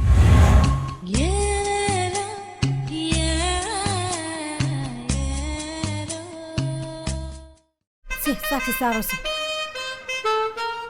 ꯑꯁ ꯁꯤꯕꯨ ꯀꯃꯥꯏꯅ ꯆꯥꯗꯣꯏꯅꯣ ꯁꯤꯕꯣ ꯏꯃꯥ 이부 그만이 짜도록 시보 ꯀꯩꯅꯣꯃꯤ 아씨 할아버지는 가야되나 하고 숨도 야우셔도 그만이 짜도록 시보 ꯀꯩꯗꯧꯔꯒꯦꯅꯦ ꯍꯦ ꯑꯉꯥꯡꯁꯤ ꯅꯤꯡꯉꯥꯏ ꯇꯧꯔꯤꯁꯤꯕꯣ ꯌꯦꯟ ꯑꯉꯧꯕ ꯌꯥꯎꯗꯕꯒꯤꯅꯦ ꯄꯥꯕꯨꯡ ꯏꯁꯤ ꯑꯣꯟꯊꯣꯛꯄꯅꯤꯗ ꯁꯦ 시가 싸로세 시부 그만이 짜도록 시부 이마 시부 하고 숨도 떨래봐 시가 싸로봐 짜니 좋아도 그만이 짜도록 양수 야도 그거 ꯑꯩꯈꯣꯏꯒꯤ ꯃꯇꯝꯗꯗꯤ ꯕꯣꯔꯥ ꯀꯥꯡꯉꯧ ꯈꯔ ꯌꯥꯎꯈ꯭ꯔꯗꯤ ꯂꯣꯏꯔꯦ ꯃꯁꯤꯒꯤ ꯑꯉꯥꯡꯁꯤꯗꯤ ꯀꯩꯗꯧꯔꯤ ꯏꯇꯩꯃ ꯀꯔꯤꯒꯤ ꯑꯣꯏꯅꯤꯒꯤ ꯆꯥꯕꯒꯤ ꯅꯤꯡꯉꯥꯏꯅꯤꯗꯅ 세 ꯁꯤ ꯑꯣꯏꯅ ꯆꯥꯔꯨꯁꯦ 짜닝게봐 제가 로이 짜닝게봐 ꯃꯁꯤ ꯑꯉꯥꯡꯁꯤ ꯌꯦꯡꯉꯨ ꯁꯦ ꯈꯥꯡꯗ ꯂꯧꯊꯔꯛꯇ ꯉꯥꯏꯔꯤꯕ ꯐꯣꯡ ꯐꯣꯡ ꯁꯥꯕ ꯅꯝꯕꯣꯜ ꯕꯣꯔꯥꯅꯤ ꯅꯝꯕꯣꯜ ꯕꯣꯔꯥ ꯅꯝꯕꯣꯜ ꯕꯣꯔꯥ ꯑꯧ, ꯀꯩꯅꯣꯅꯦ ꯃꯥꯅꯤ. ꯍꯥꯏꯁꯤꯕꯣ ꯅꯝꯕꯣꯜ ꯕꯣꯔꯥ ꯅꯝꯕꯣꯜ ꯃꯥꯅꯤ. ꯕꯣꯔꯥ ꯍꯩꯃ ꯑꯁ ꯇꯧꯔꯤꯁꯤ ꯁꯥꯅꯤꯅꯦ. ꯌꯦꯡꯉꯨꯅꯦ ꯍꯩꯃ ꯀꯔꯤ ꯈꯨꯆꯥꯅꯣ 이때마 락리버 자누와리 땅 따라디기 트라트 파우부세 지대시다 넘볼 하이어 세컨드리 그라운드 ꯑꯩꯈꯣꯏ ꯄꯨꯂꯞ ꯆꯠꯂꯨꯁꯦ ꯅꯝꯕꯣꯜ ꯍꯥꯌꯔ ꯁꯦꯀꯦꯟꯗꯔꯤ ꯒ꯭ꯔꯥꯎꯟ ꯍꯥꯏꯁꯤ ꯈꯣꯔꯤ ꯐꯥꯕꯒꯤ ꯒ꯭ꯔꯥꯎꯟꯗꯨ ꯅꯠꯇ꯭ꯔꯣ ꯃꯥꯅꯤ ꯏꯇꯩꯃ ꯑꯗꯨꯗ ꯀꯩ ꯂꯩꯒꯦ ꯑꯗꯨꯗ ꯅꯝꯕꯣꯜ ꯕꯣꯔꯥ ꯐꯦꯁꯇꯤꯚꯦꯜ ꯄꯥꯡꯊꯣꯛꯀꯅꯤꯕ ꯑꯣ. ꯑꯗꯨꯗꯅꯦ ꯑꯩꯈꯣꯏ ꯇꯥꯃꯣꯅꯦ ꯏꯇꯩꯃꯅꯦ ꯏꯕꯨꯡꯅꯦ ꯑꯩꯈꯣꯏ ꯄꯨꯂꯞ ꯆꯠꯂꯨꯔꯁꯦꯕ ꯆꯠꯁꯤ ꯌꯥꯏꯌꯦ ꯆꯠꯂꯨꯍꯦ ꯅꯣꯏꯗꯪ ꯑꯩꯅꯦ ꯅꯝꯕꯔ 1 ꯆꯠꯇꯣꯏꯁꯦ 아이쇼 아다 ጨப்பு 야우기고 부부야 ꯑꯋꯥꯕ ꯉꯥꯏꯍꯥꯛꯇꯪ ꯄꯣꯊꯥꯅꯕ ꯏꯟꯗꯤꯖꯤꯅꯁ ꯐꯨꯗ ꯑꯥꯏꯇꯦꯝꯗ ꯕꯦꯁ ꯇꯧꯕ ꯅꯝꯕꯣꯜ ꯕꯣꯔꯥ ꯐꯦꯁꯇꯤꯚꯦꯜ 2020 ꯃꯆꯨ ꯀꯌꯥꯒꯤ ꯃꯔꯛꯇ ꯑꯍꯥꯎꯕ ꯅꯝꯕꯣꯜꯒꯤ ꯕꯣꯔꯥ ꯆꯥꯔꯨꯁꯤ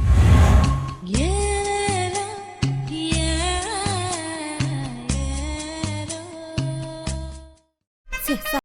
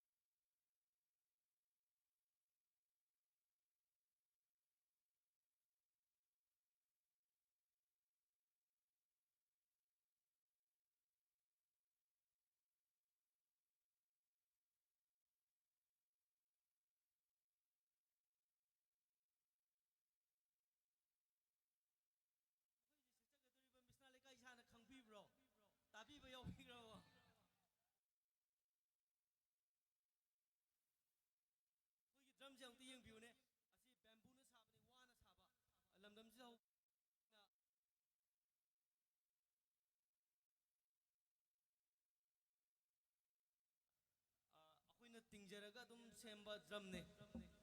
ꯑꯗꯣ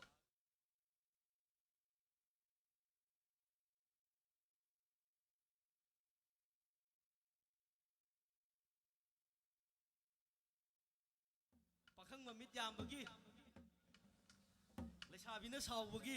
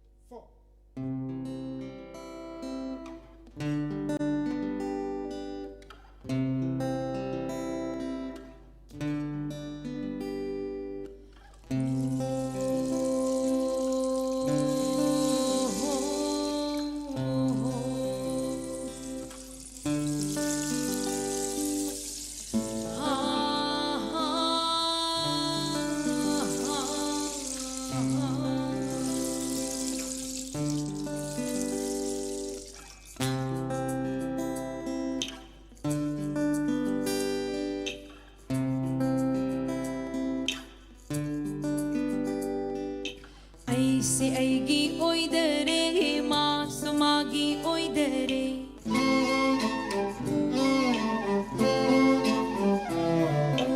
ai se aigi oidare ma sumagi oidare tumin tumin leiramba wa wa laure ngasidi lot na nok na ba huran huran ying na ba lay pak pung jaw thille do wa wa laure ngasidi ai se aigi oidare ma sumagi oidare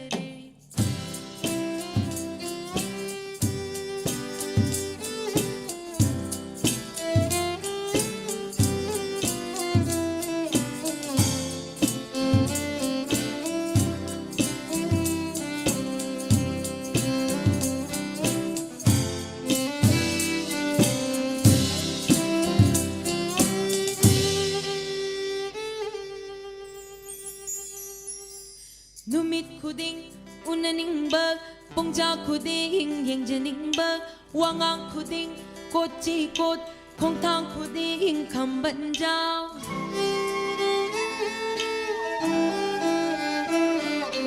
Numit khuding unaning bag pongja khuding yengjaning bag wangang khuding kochi kot khong thang khuding kham ban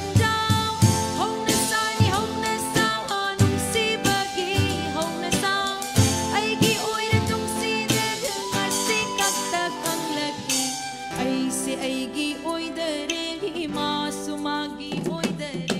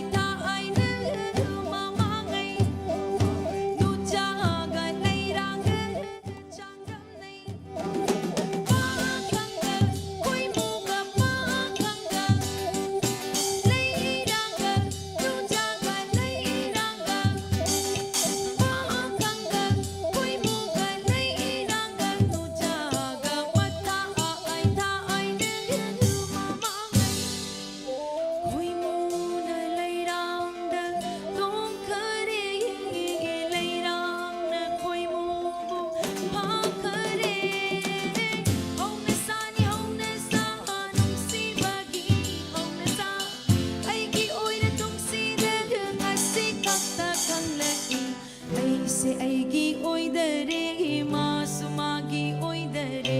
tumin tumin leiram ba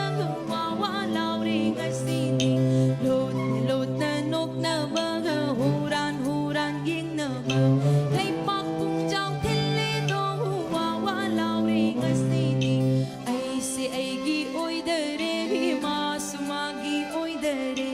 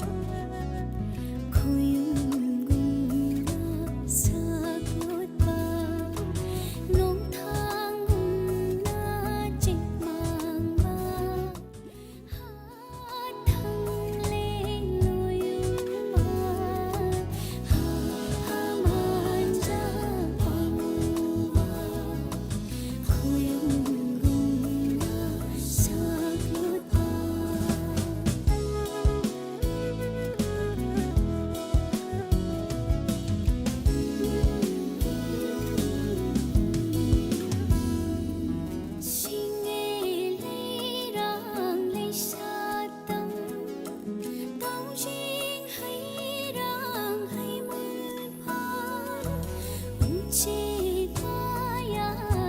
ꯁꯩꯁꯛꯇꯝ ꯀꯨꯃꯣꯟ ꯀꯨꯝꯗꯝ ꯂꯥꯛꯄꯗ ꯅꯨꯡꯖꯥꯎꯟꯒꯤ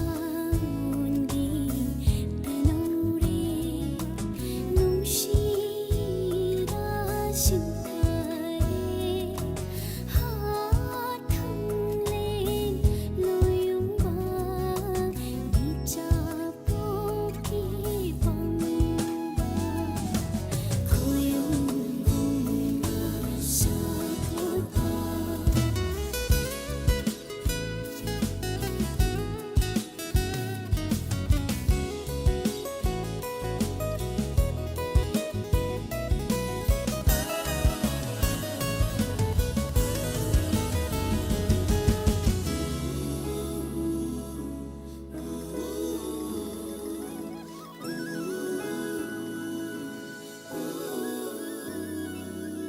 꽉따기 음식 남이와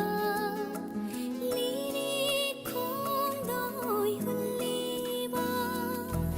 달라파멜 하라우나 자고이 코테 갈리와 눈물파이마 눈물레 눈시이라 신타레 하탕레 로용바 박한보이레 덩크라와 호용공나 샤도바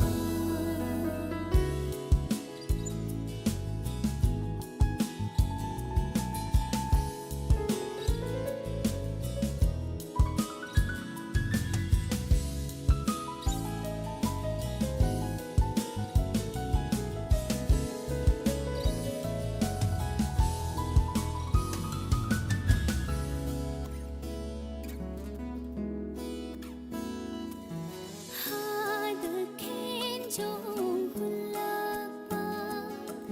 마랑이 찌템락바 가발 이타기 봄하우 아힘이 마이 쫄락바 눈물리도 링엄네 눈시감비 마이와이레 하탕레 로용마 담야카리 눈시라 고용공나 샤그로바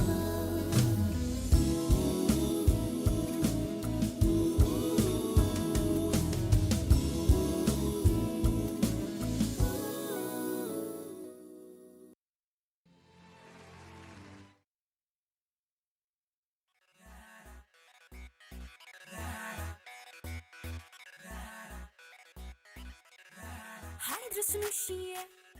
퐁드레스 심바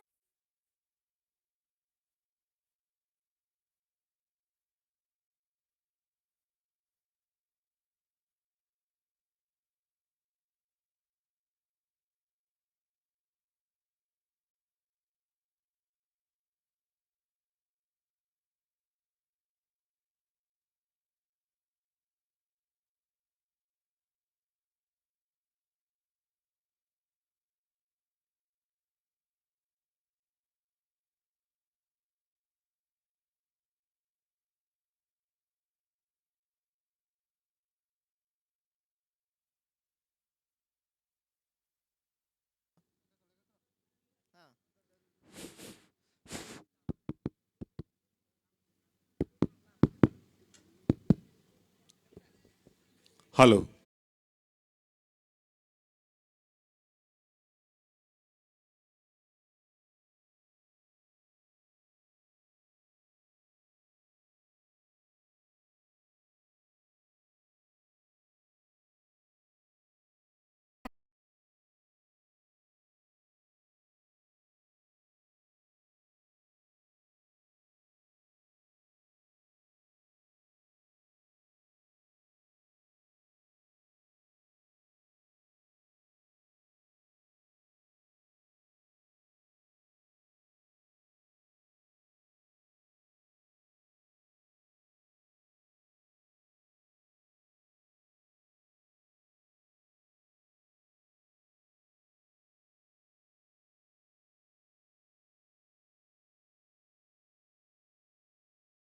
ꯁꯦ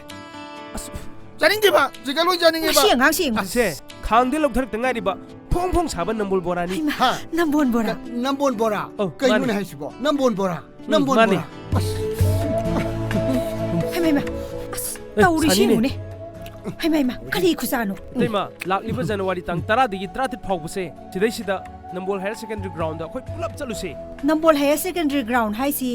ꯈꯣꯔꯤ ꯐꯥꯕꯒꯤ ꯒ꯭ꯔꯥꯎꯟꯗꯨ ꯅꯠꯇ꯭ꯔꯣ ꯃꯥꯅꯤ ꯏꯇꯩꯃ ꯑꯗꯨꯗ ꯀꯩ ꯂꯩꯒꯦ ꯑꯗꯨꯗ ꯅꯝꯕꯣꯜ ꯕꯣꯔꯥ festival ꯄꯥꯡꯊꯣꯛꯀꯅꯤꯕ ꯑꯣ. ꯑꯗꯨꯗꯅꯦ ꯑꯩꯈꯣꯏ ꯇꯥꯃꯣꯅꯦ ꯏꯇꯩꯃꯅꯦ ꯏꯕꯨꯡꯅꯦ ꯑꯩꯈꯣꯏ ꯄꯨꯂꯞ ꯆꯠꯂꯨꯔꯁꯦꯕ ꯆꯠꯁꯤ ꯌꯥꯏꯌꯦ Chalo he noidang. Aine number 1 chatuise. ꯑꯩꯁꯨ ꯑꯗ ꯆꯠꯄ ꯌꯥꯎꯒꯦꯀꯣ ꯕꯨꯕꯨ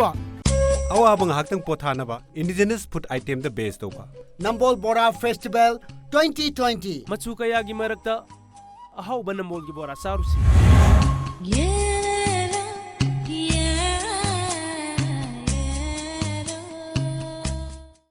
ꯁꯦ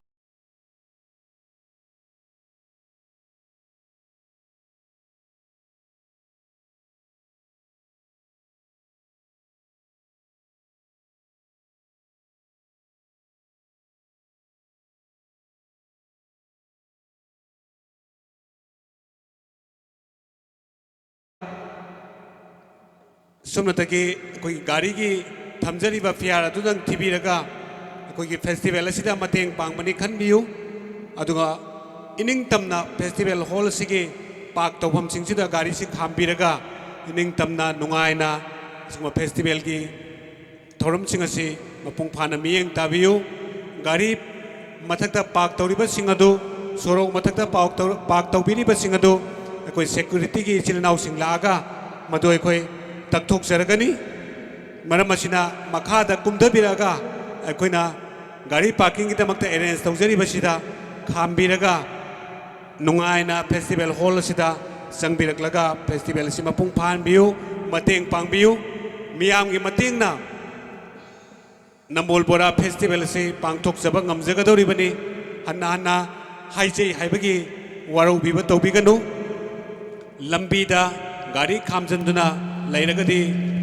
ꯑꯩꯈꯣꯏꯒꯤ ꯏꯃꯥꯔꯖꯦꯟꯁꯤ ꯑꯅꯥ ꯑꯌꯦꯛ ꯈꯨꯗꯛꯀꯤ ꯑꯣꯏꯕ ꯒꯥꯔꯤ ꯊꯣꯛꯂꯛꯄ ꯌꯥꯎꯔꯒꯗꯤ ꯃꯗꯨꯗ ꯄ꯭ꯔꯣꯕ꯭ꯂꯦꯝ ꯑꯣꯏꯔꯛꯄ ꯌꯥꯏ ꯑꯩꯈꯣꯏꯗ ꯐꯦꯁꯇꯤꯚꯦꯜꯗ ꯗꯤꯁꯇꯔꯕ ꯇꯧꯔꯛꯄ ꯌꯥꯏ ꯃꯗꯨ ꯇꯧꯔꯛꯇꯅꯕꯒꯤꯗꯃꯛꯇ ꯐꯦꯁꯇꯤꯚꯦꯜ ꯍꯣꯜ ꯑꯁꯤꯒꯤ ꯃꯊꯛꯇ ꯆꯤꯡꯈꯣꯡꯗ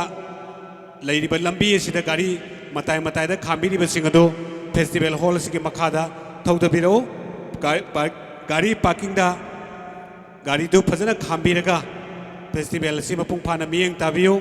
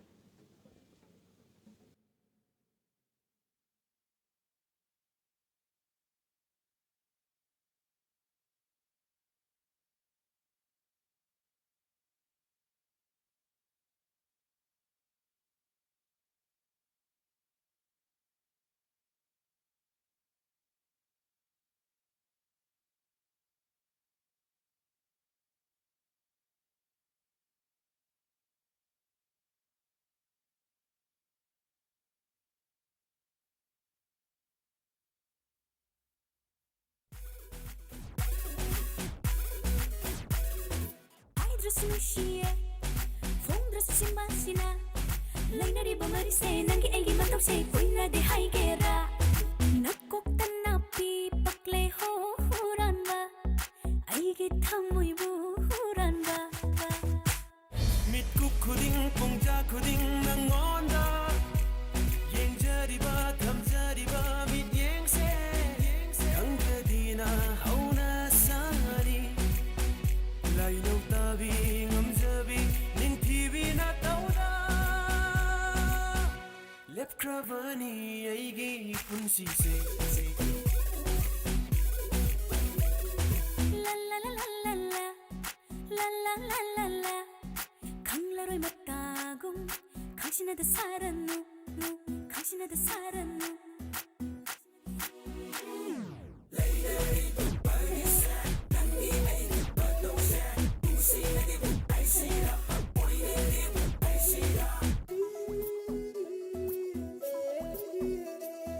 눈시 이홀 파우나래 텅모이 마삭한 날에 눈시 이홀 파우나래 파우나래 텅모이 마삭한 날에 이번이기 다우시 다이방니 소라 파우모이 한시 옛나 humba 박는디 오이나 아빠 아우나 사리 다이번 기분 시공전이 comfortability 다이번 기분 시공전이 comfortability 다이번 기분 시공전이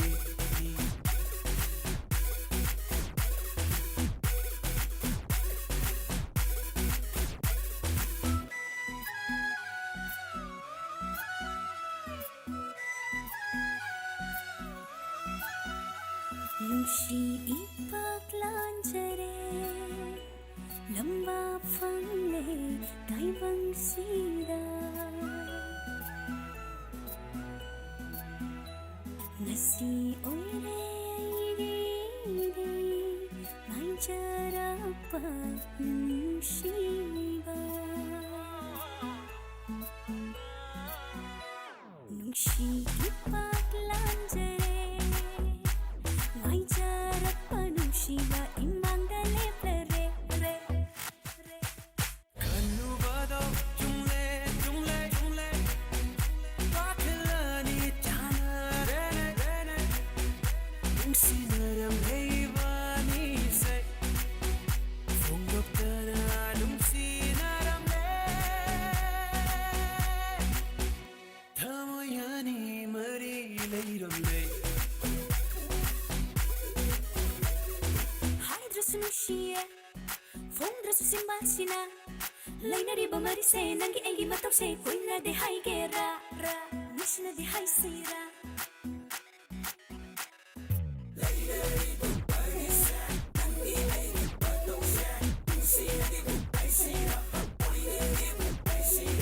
Daivangi pun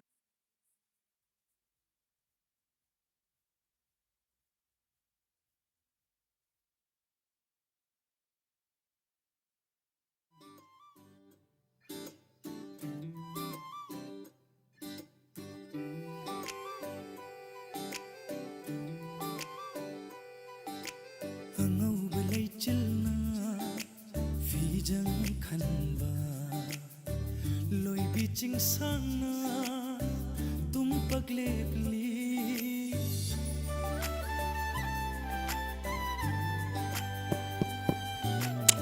Halo, halo, halo. ꯑꯉꯧꯕ ꯂꯩꯆꯤꯜꯅ ꯐꯤꯖꯪ ꯈꯟꯕ ꯂꯣꯏꯕꯤ ꯆꯤꯡꯁꯥꯡꯅ ꯇꯨꯝꯄꯛ ꯂꯦꯞꯂꯤ ꯑꯩꯈꯣꯏ ꯑꯅꯤꯒꯤ ꯏꯇꯧꯕꯨ ꯌꯦꯡꯂꯤ ꯑꯩꯈꯣꯏ ꯑꯅꯤꯒꯤ ꯏꯇꯧꯕꯨ ꯌꯦꯡꯂꯤ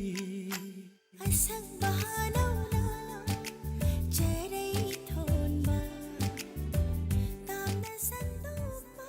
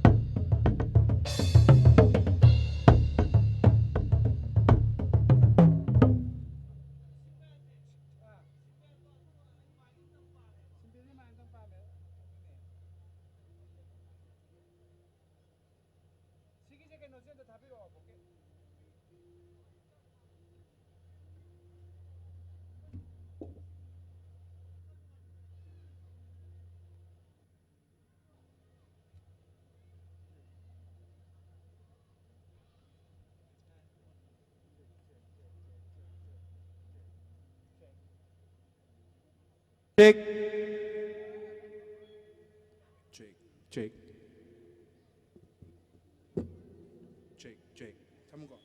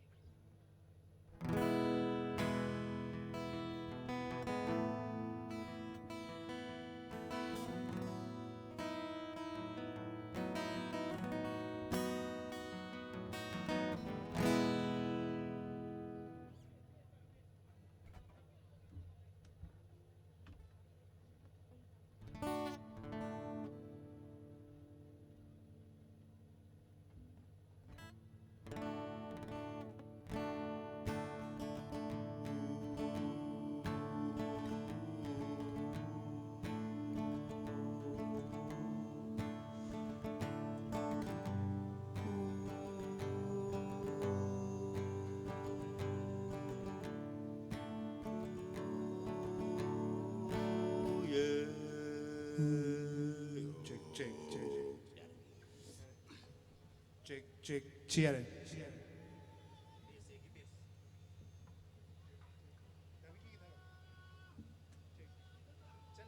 check check check check check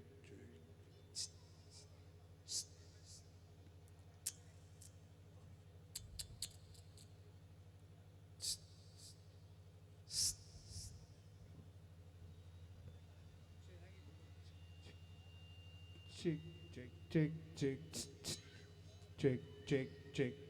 okay okay hello hello busy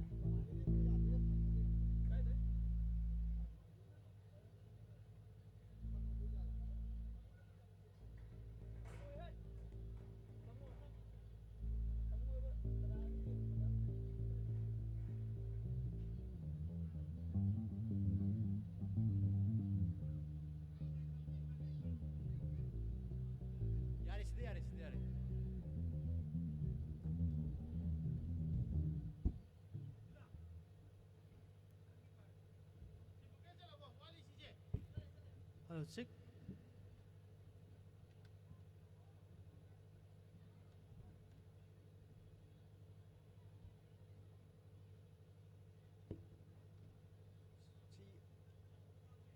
Check, check, check, check, check. Hello, hello, hello, hello. Check, check, check, check.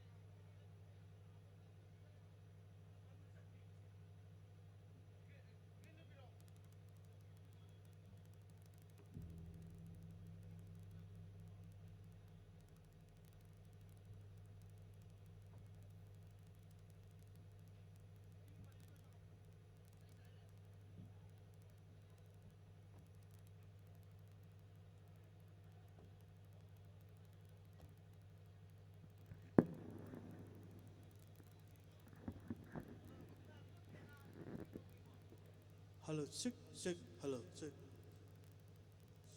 Microphone turak ko kamot. Balance.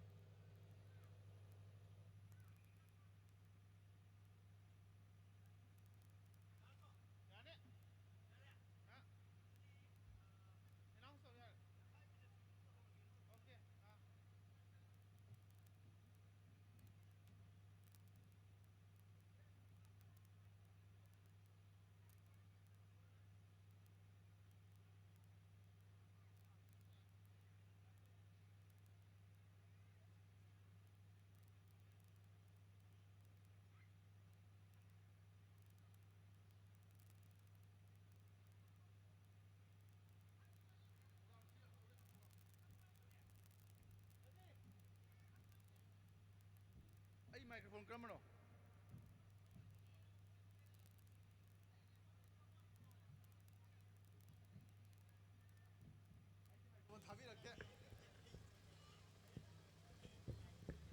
Hello.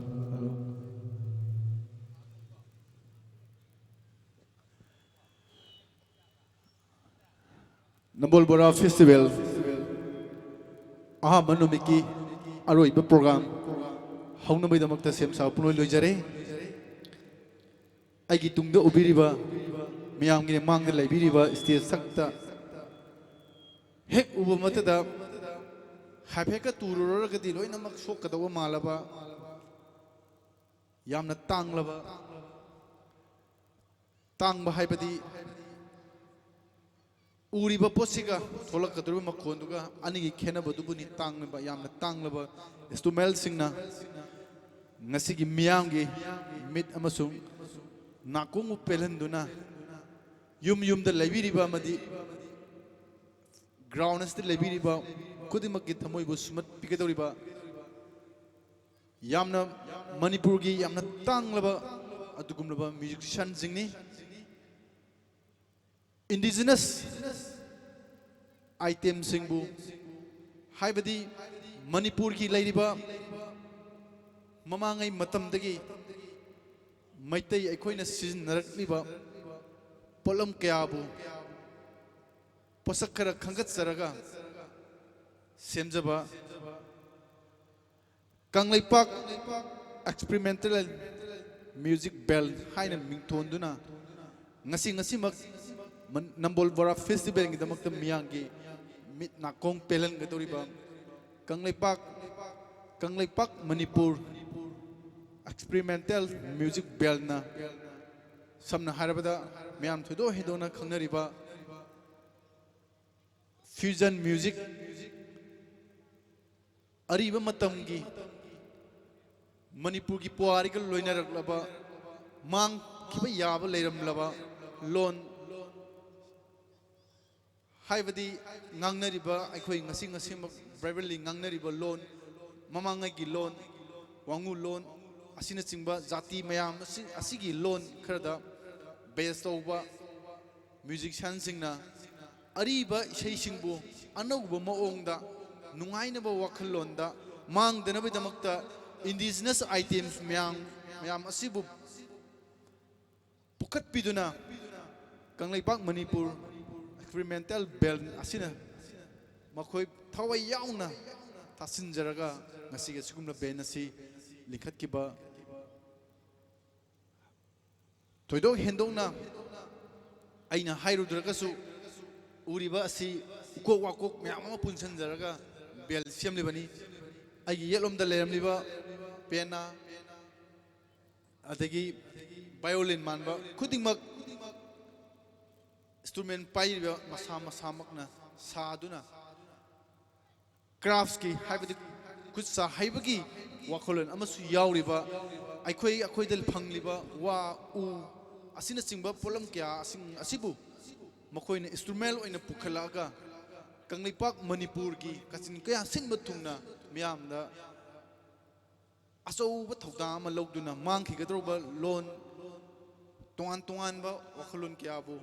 makoina isai romda pukhatuna kunung isai folk isai kaina haraga ju khangnaba asugum isai sing asibu ngasigi Kanglei Park Manipur experimental band na sagasaba yamna fajaraba fusion music amani miyam punamakna miyeng taminasi Nambol Bora Festival Kanglei Eco Tourism Development Association mangkhigadroba Nambol Bora ki masak indigenous food item the base of asugum laba mamangangi leram laba manamasing kaya asibu bora hawraga sawa yaba miba hakchang su kanaba kaya ama thambiram liba ngasi layoi khraba ahlaman singna pibiram laba khudol asigumna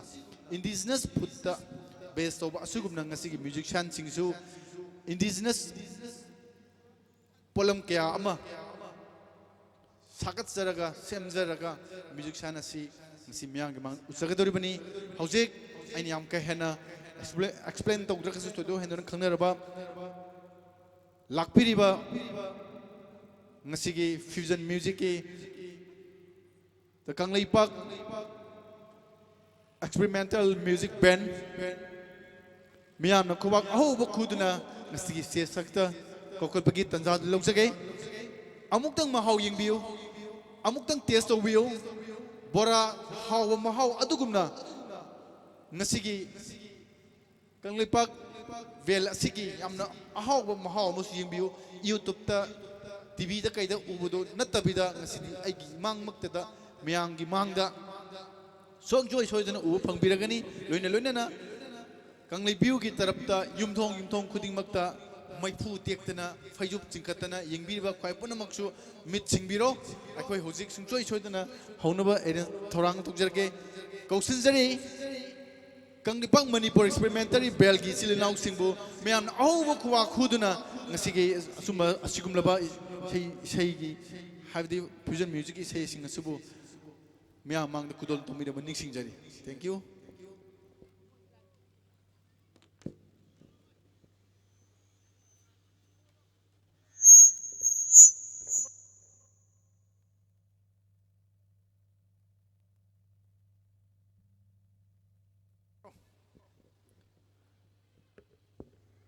कलाकार सिंह ने stage से लेकर पिरक पसीदा मयाम ना हो बकुबा खूबी दन तरान ओक्पिगनी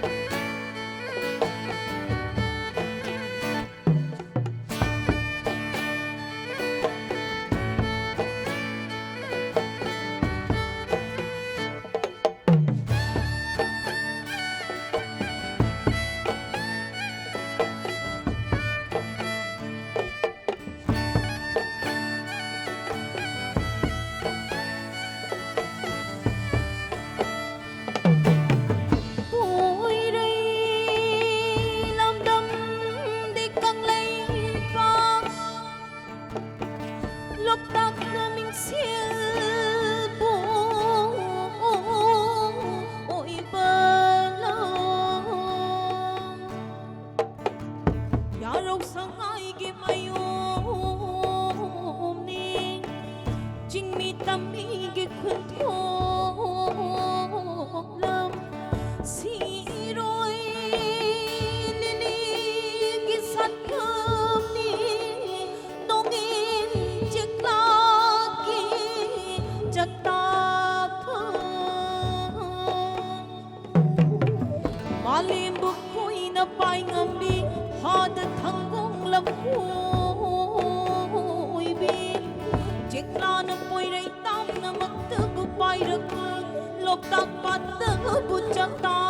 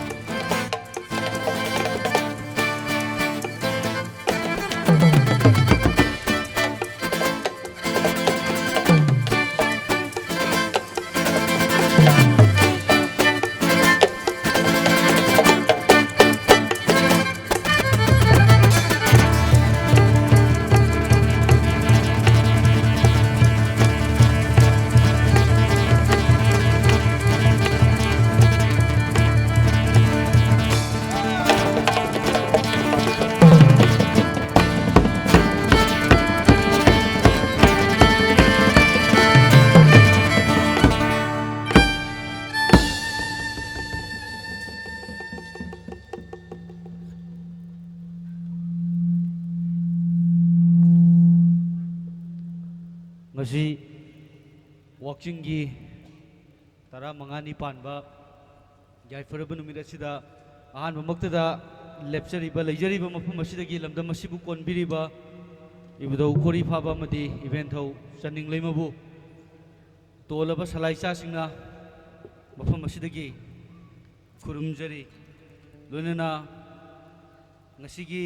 Bora Festival ahan boina haudopa aduga leibak punna khangnaraba Nambol gi Bora ngasi lamdam sigi sininau singna initiative lawbiraktana festival Manipur festival gi lamdam ne mayam ja biningbra festival lamdam amagi macha ne koise adugumba festival gi lamdam ne haije batai masida khoi kaisu ikai ngai kem leite tongan tongan ba mioi Kanglei kuntra hen bana kundari ba tongan tongan ba snake tribe kuntra hen bana kundari ba lamdam ne magi huji huji gang ngai manung ne kabui gi su adumaina akhoi gi di leptana harau kumai leijaba adugumba lamdam ne Kanglei Park khoi di Kanglei Park haina sum haijare sampabu ngasigi festival asida ningsing birakpa aduga lamdam sigi akhoi gi Nambol se amsen haraga di artist mayam amugi hofam ne nat ipai puna thambiramba pukai langai kaya gi kai ni paifam ni akhoi gi su lamdam sida oja mingoina panjarabada oja biren oja ranbir adagi tamurangilal marup asem manglemba adagi marup Robin Darbari yam leigre lamdam sidagi ise sila punamak akhoi lamdam sidagi saknaraba malem gi kaino kaya ni artist kaya amani lamdam Nambol maikai sidagi mayam sigum mafam sida sampa bu ningsing biraktana ngaihak ngasigi festival sigi saruk yapinaba aikoida ningsing birakpa yam nungaijai arai be isai gai loi sakcharamge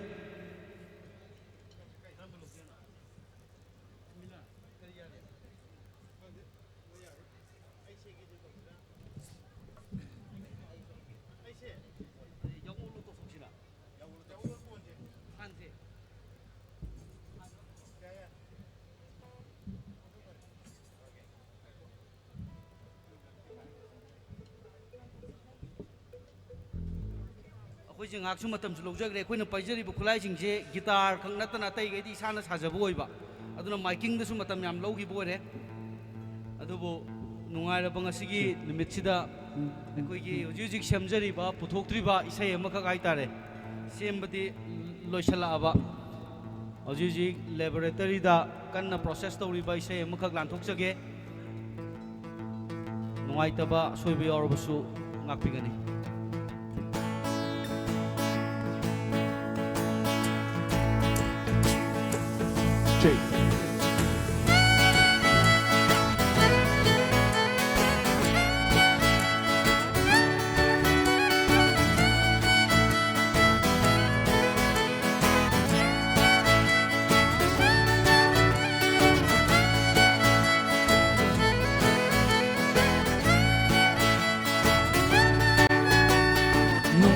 Chỉ khay hôn lê huy thầu la bơ trên phê lê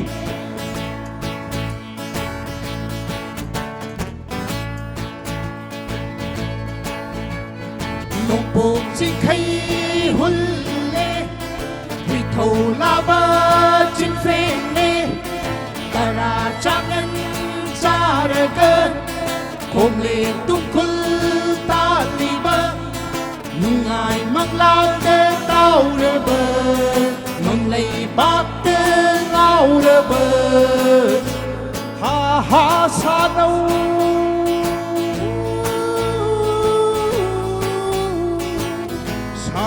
na ha khu ya uốn lô sa nâu khôi mang lạc nơi đi hay mang lạc nơi đi hay ya uốn lô sa nâu khôi mang lạc nơi đi hay mang lạc nơi đi hay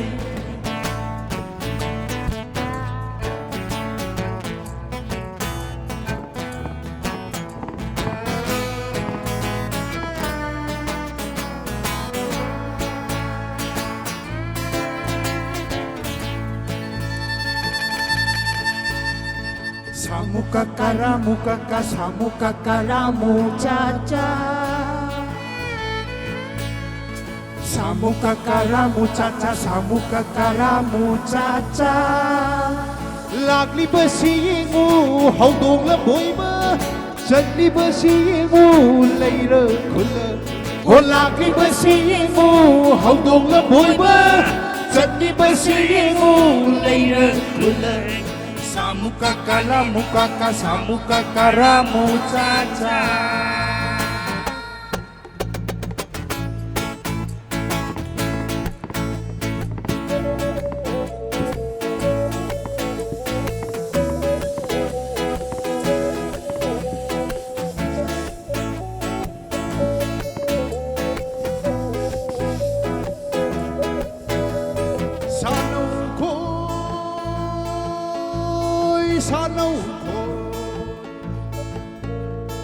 Sana leibak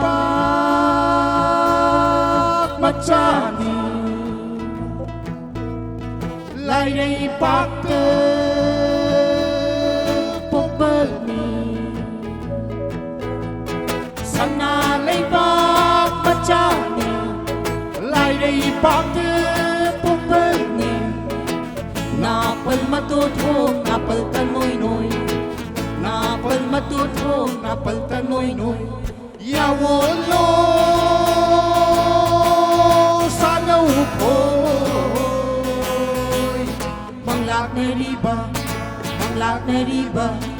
Ya wolo sana upoy, manglak na riba.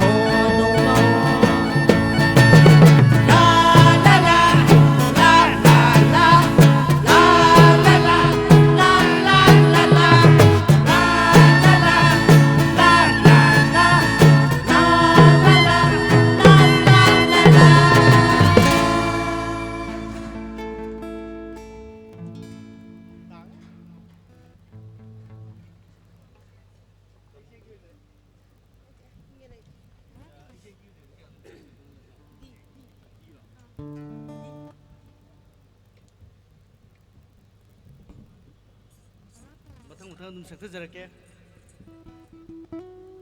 ꯑꯩꯁꯦ ꯑꯩꯒꯤ ꯑꯣꯏꯗꯔꯦ ꯑꯃꯨꯛ ꯁꯛꯆꯔꯛꯀꯦ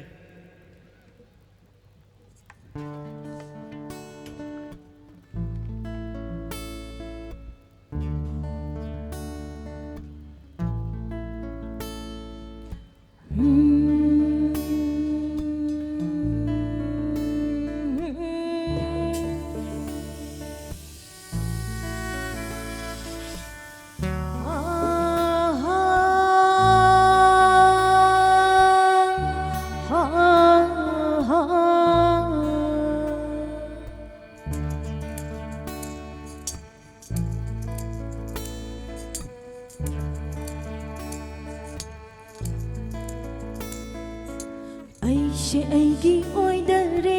ꯃꯥꯁꯨ ꯃꯥꯒꯤ ꯑꯣꯏꯗꯔꯦ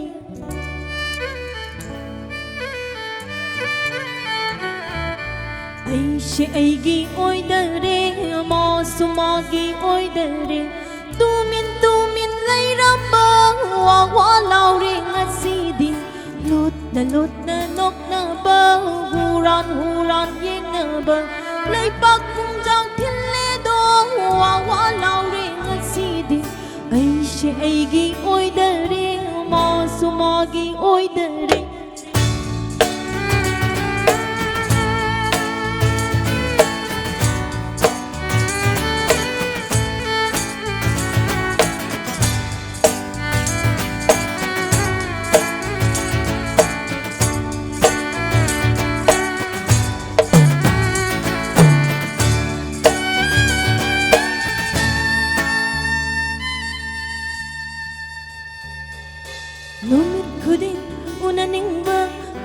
khuding yang jening bang wangang khuding kot chi kot khong thang khuding khambal chang numit khuding unaning bang pungja khuding yang jening bang wangang khuding kot chi kot khong thang khuding khambal chang hau na sa nung si bagi hau na sa ai ki ui da tung si dang nga si khak ta thang la ki ai she ai gi oi da ring ma su ma gi oi da ring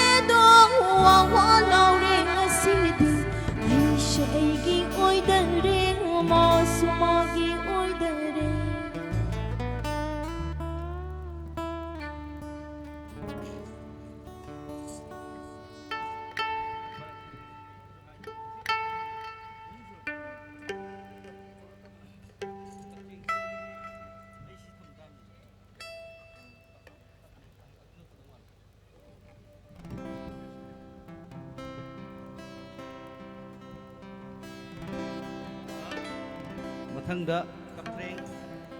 kapreng tawat tamangna aina kapreng ana nung thole sinai sangchu thole mayamna kapreng hai usa dum khangnei akoi isai ama lamdam sigi fisalon sa bu sai thajaba isai amtang amuk lan thoksani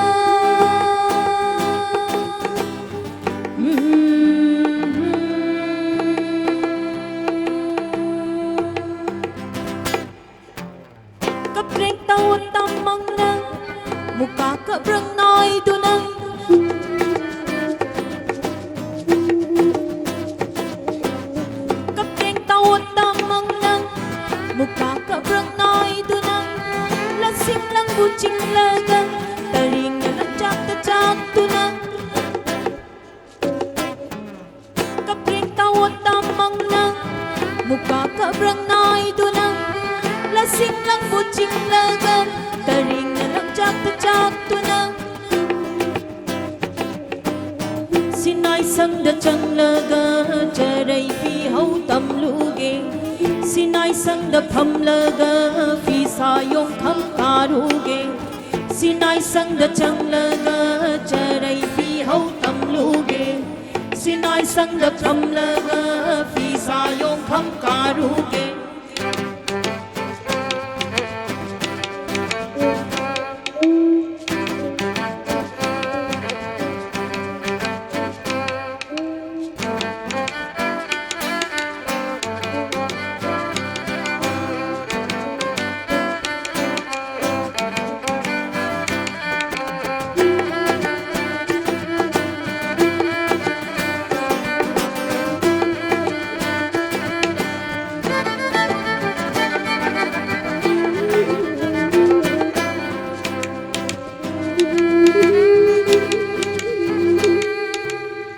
Yoi buyo hen fi jeti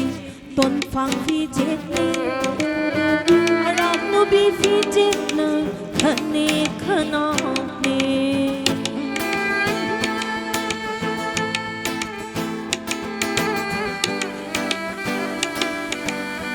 Yoi buyo hen fi jeti ton fang fi jeti Arab no bi fi jetna khane khana ne Amai bigi fidgetni, pungau fidgetni, lukha bigi fidgetna, sangchu fidgetni. Laisa bigi fidgetna, hoi dom fidgetni. Fidget lana set fade, charai lana set fade, mitai fidjol fidgetna. Fidget lana set fade, charai lana set fade. Mitai fidjol fidget na, male mangda lena si.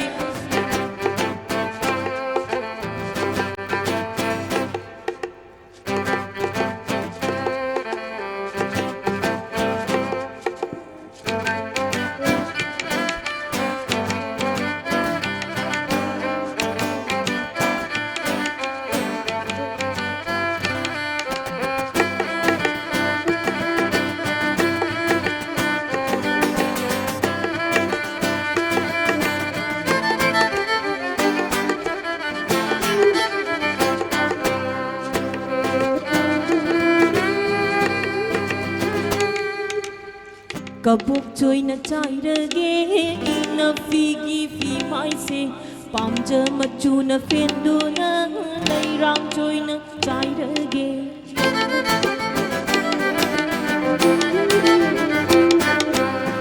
Kabuk choy na chai rage ina figi fi mai se pamja machu na fendu na lai rang choy na chai rage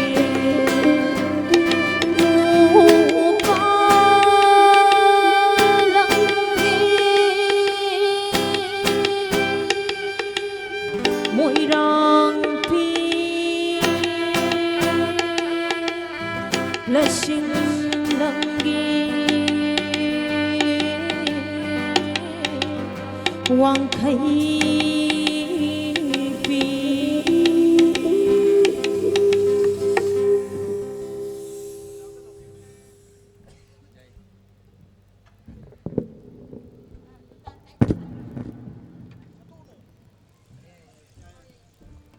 ꯑꯩꯈꯣꯏꯒꯤ ꯏꯁꯩ ꯁꯛꯄꯤꯔꯤꯕ ꯒ꯭ꯔꯨꯞꯁꯤꯡ ꯑꯝꯇ ꯊꯣꯛꯄꯤꯒꯅꯣ ꯃꯌꯥꯝ ꯑꯩꯅ ꯌꯥꯝꯅ ꯈꯪꯅꯤꯡꯅ ꯂꯩꯔꯝꯃꯤꯁꯦ ꯃꯌꯥꯝ ꯄꯨꯝꯅꯃꯛꯅꯁꯨ ꯈꯪꯅꯤꯡꯉꯝꯒꯅꯦꯅ ꯈꯜꯂꯤ ꯃꯩꯗꯣ ꯈꯔ ꯑꯝꯇ ꯊꯥꯟꯖꯟꯕꯤꯔꯣ ꯑꯗꯨꯒ ꯑꯩꯈꯣꯏꯒꯤ ꯏꯆꯤꯜ ꯏꯅꯥꯎꯁꯤꯡ ꯑꯝꯇꯪ ꯏꯁꯥ ꯏꯁꯥꯒꯤ ꯃꯄꯥꯗ ꯑꯝꯇ ꯂꯦꯞꯄꯤꯔꯒ ꯀꯩꯅꯣꯝꯇ ꯊꯣꯏꯗꯣꯛ ꯍꯦꯟꯗꯣꯛꯅ ꯑꯉꯛꯄ ꯑꯃꯒ ꯂꯣꯏꯅꯅ ꯅꯍꯥꯟꯒꯩ ꯄꯤꯛꯈ꯭ꯔꯕ ꯃꯣꯕꯥꯏꯜꯁꯤꯗ ꯎꯔꯝꯕꯗꯒꯤ ꯇꯣꯉꯥꯟ ꯇꯣꯉꯥꯟꯅ ꯑꯃꯃꯝ ꯇꯧꯅ ꯎꯔꯛꯄ ꯃꯇꯝꯗ ꯇꯣꯉꯥꯟ ꯇꯣꯉꯥꯟꯅ ꯃꯍꯥꯎ ꯑꯃꯃꯝ ꯐꯪꯖꯩ ꯁꯣꯝꯗ ꯂꯩꯕꯤꯔꯤꯕ ꯌꯥꯝꯅ ꯏꯀꯥꯏ ꯈꯨꯝꯅꯖꯔꯕ ꯏꯌꯥꯝꯕ ꯑꯁꯤꯅ ꯇꯧꯔꯛꯄ ꯃꯑꯣꯡ ꯂꯩꯔꯤꯕ ꯈꯨꯗꯤꯡꯃꯛ ꯏꯁꯩ ꯑꯁꯤꯒꯤ ꯃꯍꯥꯎ ꯑꯃ ꯍꯥꯞꯅꯕ ꯍꯣꯠꯅꯕꯗ ꯆꯤꯟ ꯈꯛꯇ ꯈꯨꯠ ꯈꯛꯇ ꯅꯠꯇꯕ ꯕꯣꯗꯤ ꯂꯦꯡꯒ꯭ꯋꯦꯖ ꯑꯃ ꯌꯥꯎꯔꯛꯄꯁꯤꯗ ꯇꯣꯉꯥꯟꯕ ꯀꯩꯅꯣꯒꯨꯝꯕ ꯐꯪꯉꯤ ꯑꯗꯨꯗꯨꯅ ꯑꯩ ꯏꯁꯥꯅ ꯃꯈꯣꯏꯅ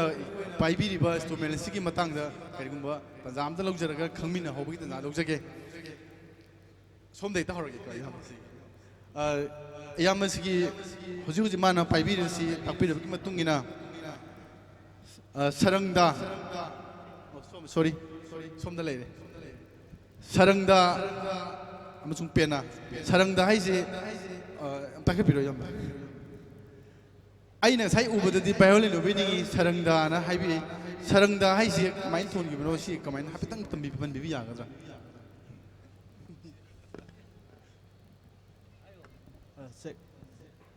ꯁꯔꯟꯗ ꯍꯥꯏꯕꯁꯦ ꯑꯩꯈꯣꯏꯒꯤ ꯂꯩꯕꯥꯛꯁꯤꯗ ꯍꯦꯛ ꯄꯣꯛꯆꯕ ꯏꯟꯁꯇ꯭ꯔꯨꯃꯦꯟ ꯑꯃꯅꯤ ꯇꯧꯕꯇꯕꯨ ꯁꯤꯗꯤ ꯑꯩꯈꯣꯏꯅ ꯃꯣꯗꯤꯐꯥꯏ ꯈꯤꯇꯪ ꯇꯧꯊꯣꯛꯑꯒ ꯃꯇꯝꯁꯤꯒ ꯆꯨꯅꯅꯕ ꯁꯦꯝꯖꯕꯅꯤ ꯈꯤꯇꯪ ꯁꯦꯝꯗꯣꯛꯆꯔꯦ ꯑꯗꯣ ꯑꯩꯈꯣꯏꯒꯤ ꯁꯔꯟꯗꯥ ꯍꯥꯏꯕ ꯃꯤꯡꯁꯦ ꯑꯩꯈꯣꯏꯒꯤ ꯇ꯭ꯔꯥꯏꯕꯦꯜꯁꯤꯡ ꯏꯆꯤꯜ ꯏꯅꯥꯎꯁꯤꯡꯅ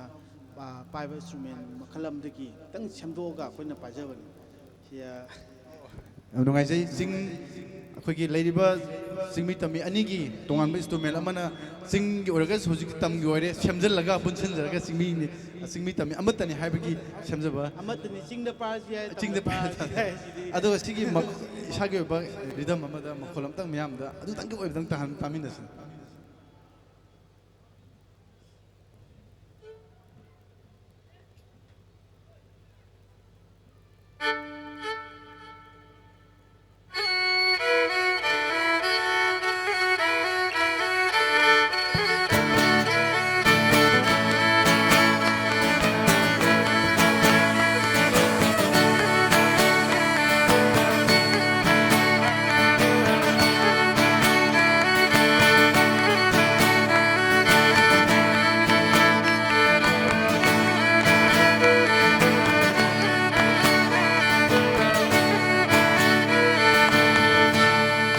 Thank you. ꯌꯥꯝꯕ ꯁꯤꯒꯤ ꯃꯃꯤꯡꯅ ꯈꯨꯃꯟ ꯃꯤꯂꯟ ꯃꯌꯥꯝꯅ ꯑꯍꯧꯕ ꯈꯨꯋꯥ ꯈꯨꯗꯨꯅ ꯆꯤꯡꯃꯤ ꯇꯝꯃꯤ ꯑꯅꯤꯒꯤ ꯑꯣꯏꯕ ꯃ꯭ꯌꯨꯖꯤꯛ ꯁꯦꯜ ꯑꯃ ꯄꯨꯊꯣꯛꯄꯒꯤꯗꯃꯛꯇ ꯌꯥꯝꯕꯕꯨ ꯍꯟꯅ ꯍꯟꯅ ꯊꯥꯒꯠꯆꯔꯤ ꯂꯣꯏꯅꯅ ꯃꯇꯥꯏ ꯑꯃ ꯍꯧꯔꯕꯅꯤꯅ ꯃꯇꯥꯏ ꯑꯃ ꯂꯧꯀ ꯑꯩ ꯌꯥꯝ ꯋꯥꯐꯝ ꯂꯩꯖꯒꯦ ꯑꯩ ꯌꯥꯝꯕꯁꯤꯒꯤ ꯃꯤꯡ ꯊꯣꯏꯗꯣꯛ ꯃꯌꯥꯝꯅ ꯁꯤ ꯎꯕꯤꯔꯝꯒꯅꯤ ꯑꯩꯅꯁꯨ ꯍꯥꯟꯅ ꯈꯪꯖꯩ ꯌꯥꯝꯕꯁꯤ ꯌꯥꯝ ꯇꯤꯟꯅꯖꯩ ꯑꯗꯨ ꯑꯩ ꯉꯁꯤꯗꯤ ꯑꯩꯅ ꯍꯣꯁ ꯑꯣꯏꯔꯕꯅꯤ ꯌꯥꯝꯕꯗ ꯈꯔ ꯊꯥꯒꯠꯆꯕ ꯇꯥꯔꯦ ꯌꯥꯝꯕꯅ ꯄꯥꯏꯕꯤꯔꯤꯕꯁꯤ ꯋꯥꯕꯨꯡ ꯍꯥꯏꯕꯗꯤ ꯕꯦꯝꯕꯨ ꯋꯥꯅ ꯁꯥꯕ ꯄꯣꯠꯂꯝꯅꯤ ꯃꯈꯥꯗ ꯂꯩꯔꯤꯕ ꯄꯣꯠꯂꯝ ꯈꯨꯗꯤꯡꯃꯛ ꯋꯥꯅ ꯁꯥꯕꯅꯤ ꯃꯊꯛꯁꯤ ꯑꯩꯈꯣꯏꯒꯤ ꯁꯥꯎꯟꯒꯨꯝꯕ ꯃꯥꯜꯂꯤ ꯑꯗꯨꯒ ꯑꯩꯅ ꯍꯥꯏꯗ꯭ꯔꯒꯁꯨ ꯌꯥꯝꯕ ꯁꯤꯒꯤ ꯍꯧꯖꯤꯛ ꯌꯥꯝꯕꯅ ꯊꯤꯟꯕꯤꯔꯤꯕ ꯄꯣꯠꯂꯝ ꯑꯁꯤ ꯀꯔꯝꯕ ꯋꯥꯈꯜꯂꯣꯟꯗꯒꯤ ꯀꯃꯥꯏꯅ ꯁꯥꯒꯠꯂꯀꯥꯟꯗ ꯃꯤꯌꯥꯝꯗ ꯁꯤ ꯊꯣꯛꯄ ꯌꯥꯒꯅꯤ ꯍꯥꯏꯕꯒꯤ ꯃꯇꯥꯡꯗ ꯈꯤꯇꯪ ꯇꯥꯛꯄꯤꯌꯨ ꯌꯥꯝꯅ ꯈꯪꯖꯔꯨꯕꯒꯤꯗꯤ ꯅꯠꯆꯗꯦ ꯑꯗꯨꯕꯨ ꯃꯔꯨꯑꯣꯏꯅ ꯑꯩꯅ ꯉꯁꯤ ꯄꯥꯏꯖꯔꯤꯕ ꯑꯩꯒꯤ ꯏꯟꯁꯇ꯭ꯔꯨꯃꯦꯟꯁꯤꯡ ꯃꯔꯨꯑꯣꯏꯅ ꯋꯥꯗꯒꯤ ꯁꯥꯕꯒꯤ ꯄꯥꯟꯗꯝꯗꯤ ꯋꯥ ꯑꯁꯤ ꯑꯩꯈꯣꯏꯒꯤ ꯃꯐꯝ ꯈꯨꯗꯤꯡꯃꯛꯇ ꯍꯧꯕ ꯑꯃꯗꯤ ꯑꯩꯈꯣꯏꯅ ꯎꯗꯒꯤ ꯎ ꯑꯃ ꯌꯥꯟꯊꯠꯂꯒ ꯑꯩꯈꯣꯏꯒꯤ ꯄꯣꯠ ꯆꯩ ꯁꯥꯅꯕꯒꯤꯗꯃꯛꯇ ꯎꯄꯨ ꯀꯥꯡꯊꯣꯟ ꯁꯥꯅꯕꯒꯤꯗꯃꯛꯇ ꯎ ꯑꯃ ꯌꯥꯟꯊꯠꯂꯒ ꯄꯣꯠ ꯆꯩꯗꯨ ꯁꯥꯕꯒꯤ ꯃꯍꯨꯠꯇ ꯃꯇꯝ ꯇꯦꯟꯅ ꯔꯣꯇꯦꯁꯟ ꯇꯧꯕ ꯌꯥꯕ ꯋꯥꯁꯤ ꯑꯣꯏꯅ ꯌꯥꯟꯖꯔꯒ ꯑꯩꯒꯤ ꯏꯟꯁꯇ꯭ꯔꯨꯃꯦꯟꯁꯤꯡꯁꯦ ꯁꯥꯖꯕꯅꯤ ꯏꯟꯁꯇ꯭ꯔꯨꯃꯦꯟꯁꯤꯡꯁꯦ ꯁꯥꯅꯕ ꯍꯣꯠꯅꯕꯗ ꯋꯥ ꯑꯃꯅ ꯆꯍꯤ 4ꯗꯒꯤꯅ 6 ꯐꯥꯎꯕ ꯁꯤꯖꯟ ꯇꯧꯔꯕ ꯃꯇꯨꯡꯗ ꯃꯥꯒꯤ ꯍꯤꯗꯥꯛ ꯂꯥꯡꯊꯛ ꯐꯖꯅ ꯀꯥꯞꯄ ꯃꯇꯨꯡꯗ ꯍꯧꯖꯤꯛ ꯄꯥꯏꯖꯔꯤꯕ ꯋꯥꯁꯤꯡꯁꯤ ꯁꯨꯝ ꯑꯃꯠꯇ ꯆꯥꯔꯔꯣꯏꯗꯕ ꯑꯗꯨꯝ ꯂꯩꯔꯤꯕ ꯃꯥꯒꯤ ꯃꯁꯛꯁꯤꯃꯛ ꯑꯗꯨꯝ ꯂꯩꯔꯒꯗꯕ ꯑꯗꯨꯒꯨꯝꯕ ꯃꯥꯒꯤ ꯁꯤꯖꯟ ꯇꯧꯔꯕ ꯋꯥꯁꯤꯡꯅ ꯁꯥꯖꯕꯅꯤ ꯑꯗꯨꯒ ꯃꯊꯛꯇ ꯃꯥꯅ ꯀꯨꯞꯄꯤꯕꯁꯤꯗꯤ ꯑꯩꯈꯣꯏꯒꯤ ꯁ꯭ꯀꯤꯟꯅꯤ ꯑꯩꯈꯣꯏꯒꯤ ꯁꯎꯟ ꯍꯥꯏꯇꯥꯔꯦ ꯑꯗꯨꯅ ꯑꯗꯨꯃꯛ ꯇꯧꯖꯔꯒ ꯑꯗꯨꯒ ꯁꯤꯗ ꯅꯞꯄꯤꯕ ꯃꯥꯅ ꯁꯤꯗꯩꯁꯤꯗ ꯋꯥꯁꯤꯒ ꯁꯎꯟꯁꯤꯒ ꯅꯞꯅꯕ ꯃꯔꯛꯇ ꯑꯩꯈꯣꯏꯅ ꯁꯤꯖꯤꯟꯅꯖꯔꯤꯕꯁꯦ ꯑꯩꯈꯣꯏ ꯃꯩꯇꯥꯟꯒ ꯆꯥꯛꯀ ꯇꯣꯠꯂꯒ ꯑꯩꯈꯣꯏꯒꯤ ꯃꯥꯒꯤ ꯁꯤꯖꯟ ꯐꯖꯅ ꯃꯥꯒꯤ ꯃꯇꯝ ꯆꯪꯅ ꯅꯞꯄ ꯑꯩꯈꯣꯏꯒꯤ ꯃꯥꯒꯤ ꯅꯞꯄꯒꯤ ꯃꯑꯣꯡꯗꯣ ꯑꯗꯨꯃꯥꯏꯅ ꯅꯞꯁꯦ ꯑꯩꯈꯣꯏ ꯐꯦꯕꯤꯀꯣꯜ ꯅꯠꯇ꯭ꯔꯒ ꯍꯧꯖꯤꯛ ꯊꯣꯛꯂꯛꯏꯕ ꯒꯝ ꯃꯈꯜ ꯃꯌꯥꯝꯁꯦ ꯑꯝꯇ ꯁꯤꯖꯤꯟꯅꯖꯗꯦ ꯊꯥꯒꯠꯆꯔꯤ ꯌꯥꯝꯕꯅ ꯄꯥꯏꯕꯤꯔꯤꯁꯤ ꯍꯧꯖꯤꯛ ꯋꯥꯕꯨꯡ ꯅꯠꯇꯕ ꯁꯤꯗ ꯂꯥꯡꯗ꯭ꯔꯦꯟ ꯑꯃ ꯌꯥꯎꯏ ꯂꯥꯡꯗ꯭ꯔꯦꯟꯁꯤꯒꯤꯗꯤ ꯃꯌꯥꯝꯅ ꯊꯣꯏꯗꯣꯛ ꯈꯪꯅꯔꯕꯅꯤꯅ ꯈꯛꯇꯥꯛꯆꯔꯨꯔꯒꯦ ꯑꯗꯨꯕꯨ ꯁꯤ ꯈꯛꯇꯪꯒꯤ ꯑꯣꯏꯕ ꯃꯈꯣꯟ ꯃꯌꯥꯝ ꯃꯈꯨꯟ ꯄꯥꯜꯂꯤꯕꯁꯤ 7 9 ꯑꯁꯤꯁꯤꯒꯤ ꯃꯈꯣꯟ ꯑꯝꯇꯪ ꯃꯌꯥꯝꯗ ꯑꯝꯇꯪ ꯇꯥꯅꯕꯒꯤ ꯇꯟꯖꯥ ꯂꯧꯖꯒꯦ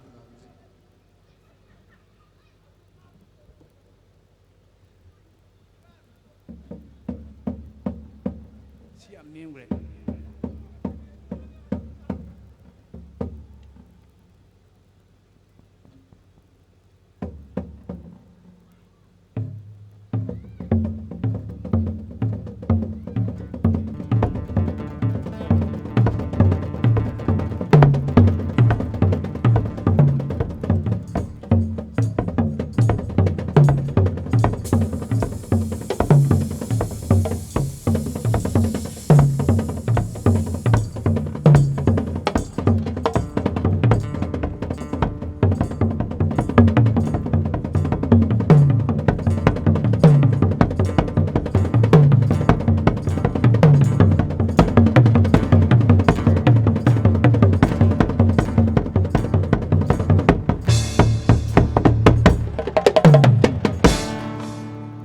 Thank you. Yaw imsigi maminga Tenau SD ma'am au kuba kubiduna amudang puning thokopina baning singjari.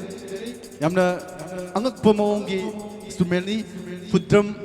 ma'am na atop top sei song ngmaida miram dagi lawraka utiba drum adugumna ba manipur ni wana saraga sembi ba si ma'am mang upir ba si haining ai leitana thagasai sidagi hena makun sama thopung amna baidam ta yamna laning thong Waibugi Sumang Muxita Yaning Togi Tarabtagi Togan Tony Zari. Thank you. I'm going to say Sangi Masira Iroi Masira Ubigi with I Yamna Adugi Uri Basibuti Kaino Gimasini to Kari Hagi Kamaito on Dumda. Masi Sanginate, Masi Sandangini. Sandangi machine, Sandangi machine, Basi, a point like the Dogs of Anate, Ipai Pume Amamana, she instrument Ama Oina, effect Ama Oina, Sajin Rambasi, Tongan Ba, Mate community, Maratagi Natabada, Atopa Lamdam Sida, Laiba community Atena, Dumsina, Bamayam Ubirangani, Madumak Equina, Madugi sound, Dumak Pamjadana, Malem, the world, Adugi sound, to promote owning the Equina. ꯑꯩꯈꯣꯏꯒꯤ ꯕꯦꯟꯁꯤꯅꯁꯨ ꯍꯥꯏꯔꯤꯕꯁꯤꯕꯨ instrument ꯑꯃ ꯑꯣꯏꯅ ꯁꯤꯖꯤꯟꯅꯖꯕꯅꯤ ꯃꯁꯤ ꯁꯟꯗꯪ ꯃꯁꯤꯅ ꯁꯥꯕꯅꯤ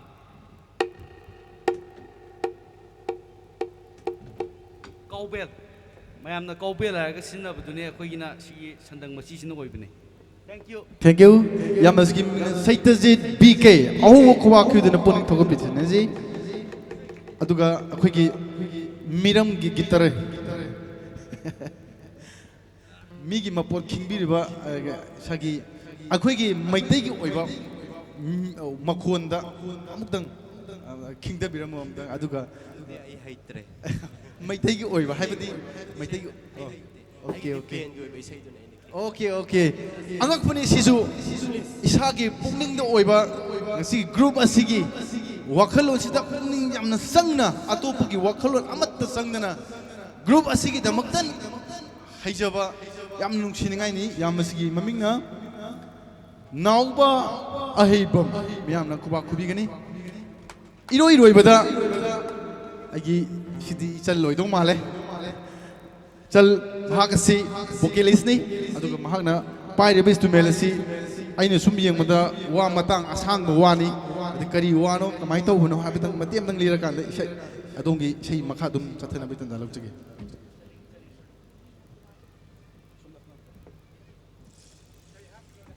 Hello. Aina paijariba instrument asisu wani wa matang amadagina matang ama fauba sigi manung sida karigumba posak khradi lotuna lairiba posak sidi haidok sararoige wa asidi mobi wani masi aikhoina water effect oina amadi effect oina water effect khaktana tana effect oina sijina jai Matau damgini na pakat le male. Okay. Say aigi group asigi aigi sal asigi maming na mayam na maming khangbi horo atop topa jaga sing da kaubi abi khudong sabad lo ne bedam da saktak jage sinthoi mayam na ahu ba khuba khubi duna bel asigi makha ta bai sei lominasi. Thank you. Lakpiri ba Kanglei Manipur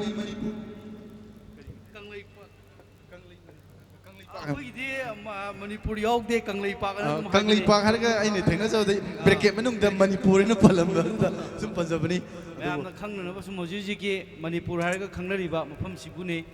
bracket mung da panjariba khoi mayamna kanagumba singna fusion band ne dum haibi kanagumba singna experimental band ne so dum haibi mayamna haibi ningbuda dum akhoi loinamak yajai. Thank you makata ba makata lominas Yam Noise Masigi Bora Festival ki event sigi host biriba inau thagachari ayak akoiga interact tongna bugi tanja adusu inau na lobirakpa isaisu ngamam isai romda music ti puning chingjanjarage loinana ngasai makai haibada walauba ma yam especially ngasi yam nungai isai gi kenose ꯃꯔꯨꯑꯣꯏꯅ ꯉꯁꯤꯒꯤ sound system sound and light ꯍꯥꯏꯇꯥꯔꯦ HS ꯑꯩ ꯁꯣꯏꯔꯒꯁꯨ ꯃꯌꯥꯝꯅ ꯑꯩꯅ sound ꯃꯃꯤꯡꯁꯦ ꯉꯁꯤ ꯈꯛ ꯊꯦꯡꯅꯖꯕꯅꯤ ꯑꯩꯒꯤ ꯃꯔꯨꯞ ꯃꯄꯥꯡꯁꯤꯡ ꯏꯆꯤꯟ ꯏꯅꯥꯎꯁꯤꯡꯁꯦ ꯌꯥꯝꯅ ꯅꯨꯡꯉꯥꯏꯅ ꯐꯖꯅ ꯃꯁꯤꯒꯤ ꯁꯤꯁꯇꯦꯝꯁꯦ ꯁꯦꯝꯕꯤ ꯃꯊꯪꯁꯤ ꯏꯁꯩꯔꯣꯝꯗ ꯑꯗꯨꯝ ꯆꯤꯡꯖꯟꯖꯔꯛꯑꯒꯦ ꯑꯩꯈꯣꯏꯒꯤ ꯏꯁꯩ ꯑꯃꯈꯛ ꯂꯩꯖꯩ ꯎꯅ ꯎꯅ ꯎꯔꯛꯂꯔꯣꯏ ꯎꯡꯂꯗꯨꯅ ꯎꯏꯔꯤꯉꯩꯗ ꯎꯅꯔꯤꯕ ꯎꯖꯔꯤꯕꯁꯤꯡ ꯍꯥꯏꯗꯅ ꯏꯁꯩ ꯑꯃꯈꯛ ꯂꯩ ꯅꯣꯡꯃ ꯅꯠꯇ꯭ꯔꯒ ꯅꯣꯡꯃꯗꯤ ꯑꯩꯈꯣꯏ ꯎꯅꯔꯤꯕ ꯈꯨꯗꯤꯡꯃꯛ ꯀꯥꯏꯅꯈꯤꯗꯧꯕ ꯉꯥꯛꯇꯅꯤ ꯍꯌꯦꯡꯅ ꯀꯔꯤ ꯍꯣꯔꯦꯟꯅ ꯀꯔꯤ ꯀꯅꯥꯁꯨ ꯍꯥꯏꯕ ꯉꯝꯕ ꯅꯠꯇꯦ ꯑꯗꯨꯅ ꯍꯤꯡꯃꯤꯟꯅꯔꯤꯉꯩ ꯂꯩꯃꯤꯟꯅꯔꯤꯉꯩ ꯅꯛꯅꯔꯤꯉꯩ ꯃꯇꯝꯁꯤꯗ ꯑꯩꯈꯣꯏ ꯅꯨꯡꯁꯤ ꯆꯥꯟꯅꯅ ꯍꯤꯡꯃꯤꯟꯅꯁꯤ ꯍꯥꯏꯗꯅ ꯑꯗꯨꯃꯥꯏꯅ ꯌꯨꯝꯐꯝ ꯑꯣꯏꯖꯔꯒ ꯁꯦꯝꯕ ꯏꯁꯩꯅꯤ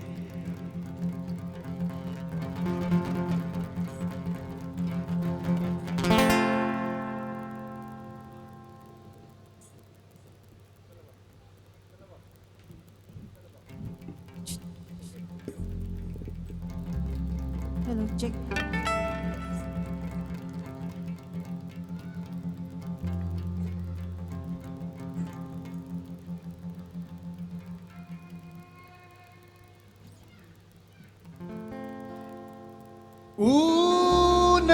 Una uraklaroi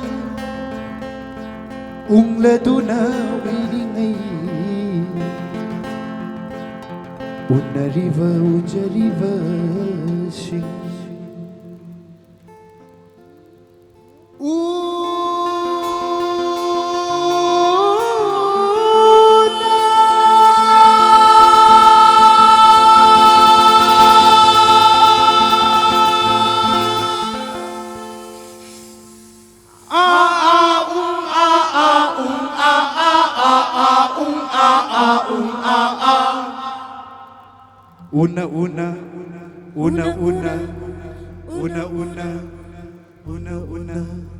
Una uraklaroi ungladuna uiringaida unariva ujariva sing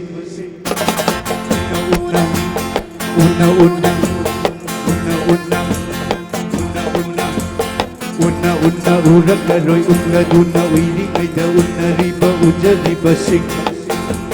Tana taraklaroi talladuna tumlingai tajariva tarakliva sing Tana taraklaroi talladuna tumlingai tajariva tarakliva sing Ho khang hoi khati khalli khang dabado khang horo kong nagat khang bani Una uraklaroi ungladuna uiringaida unariva ujariva sing Riya ri ri ri hai ri haya Riya ri ri ri hai ri haya Riya ri ri ri hai ri haya Riya ri ri ri hai ri haya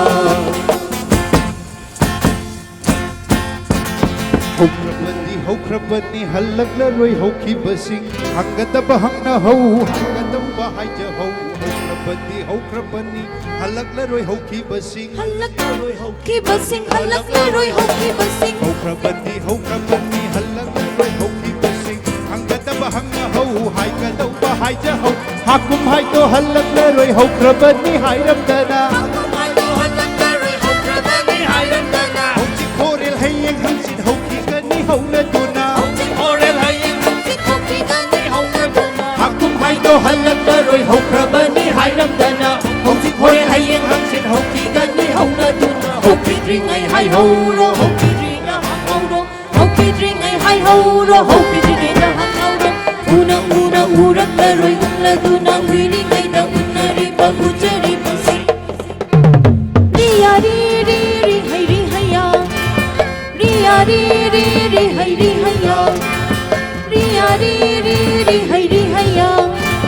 Riya ri ri ri hai ri haya Nungsinarinduna nokjariva nungaina Nathaikiva numita ningamlakloi nongmadi Nungsinarinduna nokjariva nungaina Nokjariva nungaina nokjariva nungaina Nungsinarinduna nokjariva nungaina Nathaikiva numita ningamlakloi nongmadi Nungai thoki ningladuna nungai ringai nokna nok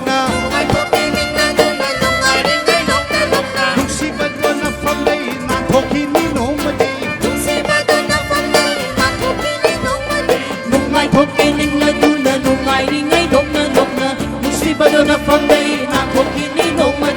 na thấy kini nong dam ba ning khai kini ning jaba na thấy kini nong dam ba ning khai kini ning jaba una una na roi la tu na wi ning kai da una riba ujari sing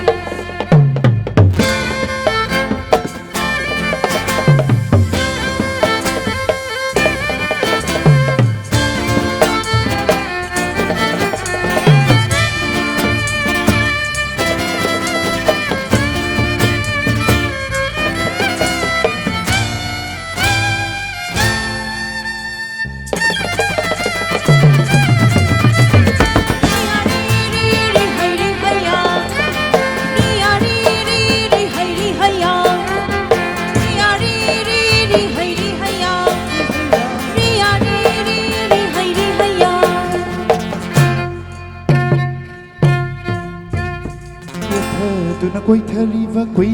na kia na riva quay na kia na riva quay na kia na riva kai na va to kau ganu kai na thak da kap kani ke thadun na quay theo riva quay na kia na riva quay na kia na riva quay na kia na riva kai na va to kau ganu kai na thak da kap kani kan kau kan bani kan na su kan ni ro kan jau kan bani kap kani kai na khap kan na bu kap kani kai na khap kan na bu kan jau kan bani kan na su kan bi rồi kau ra kap kani kai na khap kan na bu ke jaban kana rồi kap jaban kana rồi ke jaban kana rồi kap jaban kana rồi una la rồi la una wi ni kai da una ri ba u chari basi una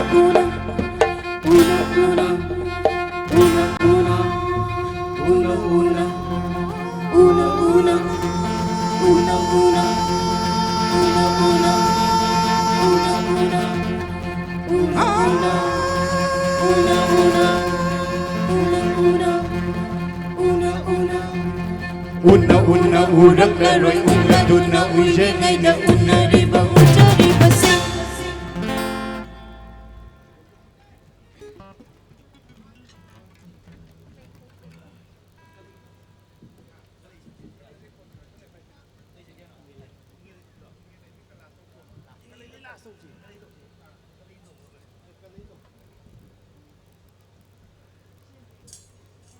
कोई YouTube channel amada langthok chakraba isai amasu lokhachage ben sigi ari baisai ni mayam adum YouTube ta tabi basiyom bayai tabi dagana hojik thogol jarake kalai pamjaida sije monitor yam neme monitor ta da mapan ta na taya ya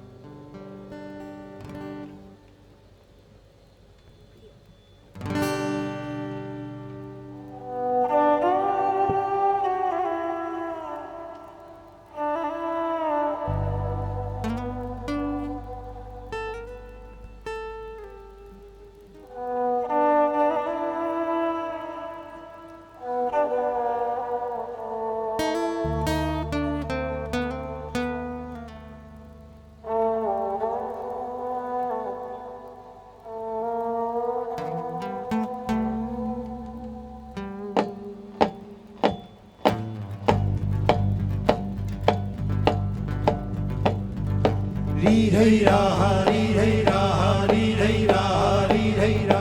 ri ri ra ri ri ra ri ri ra ri ri ra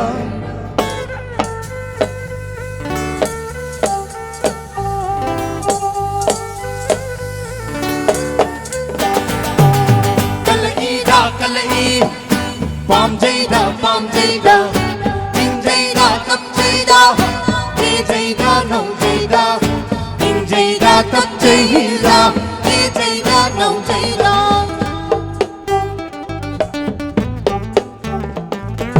lấy sa tâm li singe leirangi leisa tamlibi ho singe leirangi leisa lei chuda leirangi leinamda amoi se tungulina kala ikhamballe amoi se tungulina kala ikhamballe kalagi pam jaida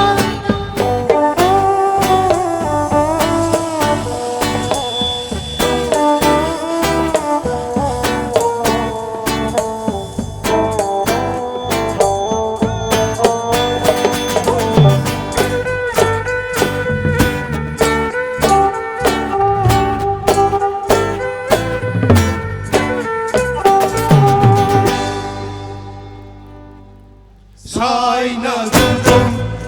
samna wai wai. Saina zum zum, samna wai wai. Sum le da, amoi se sum le da. Penai de da, yin bagi penai de da, yin bagi penai de da.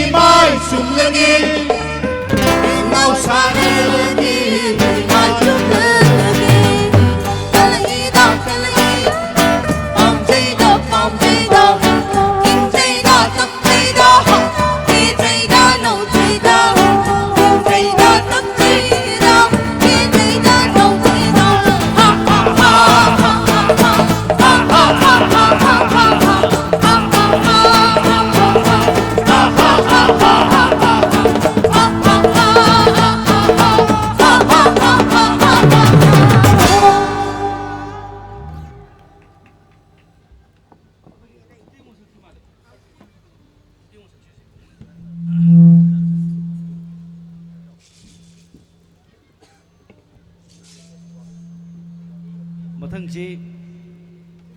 hello check mathangsi akhoi turel singbu saithajaba akhoi turel singse mayamna akhoi thawai yopiri bane se akhoi mi sina sum phatabai changje sum hengalaktana asidi akhoi turel sing yamna phibam sokchale turel singi phibam mayam ate yengbiu masidagi sei kungi mamangda kunthra gi mamangda oiramba turel singi phibam sing isagi akoi bi leibini ba turel singi ate yengbiu aduda koina turel singi phibam se isai oina kramaina saksige na saksabane picnic matam ni ji ano hojai hogolapagi picnic salaga sengmai da adagi turel singi horak phamda maru da salaga ising mapan da sak chare mayam oi chekhaira thamame ising da kumdana chaba thakpa loibagi amora kai bawba ising da thada salamba hanna karamta yengbiramdaba adum lamhang ne adigi kaino ne dana kundok piramba mayam gi ngak nungai pham jogoi sabam langpham sak sabam oiramba adumaina na khanbiba ꯑꯗꯨꯗꯒꯤ ꯆꯦꯟꯊꯔꯛꯄ ꯃꯌꯥꯝꯗꯨꯅ ꯊꯋꯥꯏ ꯄꯥꯟꯕ ꯃꯌꯥꯝ ꯑꯃꯕꯨ ꯌꯣꯛꯂꯤꯕꯅꯤ ꯍꯥꯏꯕꯁꯤꯃꯗꯤ ꯑꯩꯈꯣꯏꯅ ꯍꯦꯛ ꯍꯦꯛ ꯀꯥꯎꯕ ꯁ꯭ꯋꯥꯏꯁꯤꯗꯩꯁꯤꯗ ꯑꯩꯈꯣꯏꯅ ꯇꯨꯇꯦꯡꯂꯣꯟ ꯀꯧꯕ ꯄꯨꯌꯥꯕꯨ ꯄꯥꯖꯔꯒ ꯁꯦꯝꯖꯕ ꯏꯁꯩꯅꯤ ꯇꯥꯕꯤꯁꯤ 콩댕어 뚜땡 콩댕어 뚜땡어 콩댕어 뚜땡 콩댕어 이름 생바 뚜 생바 구비요 이름 마바 뚜 마바 구비요 꿈사나 꿈릭라이 구비요 lại giờ nó thawai nè lại giờ nó thawai ôi bờ nè cu biyo lại giờ nó thawai nè lại giờ nó thawai ôi bờ nè cu biyo tu te ngô không te ngô tu te không te ngô tu te ngô không te ngô tu te không te ngô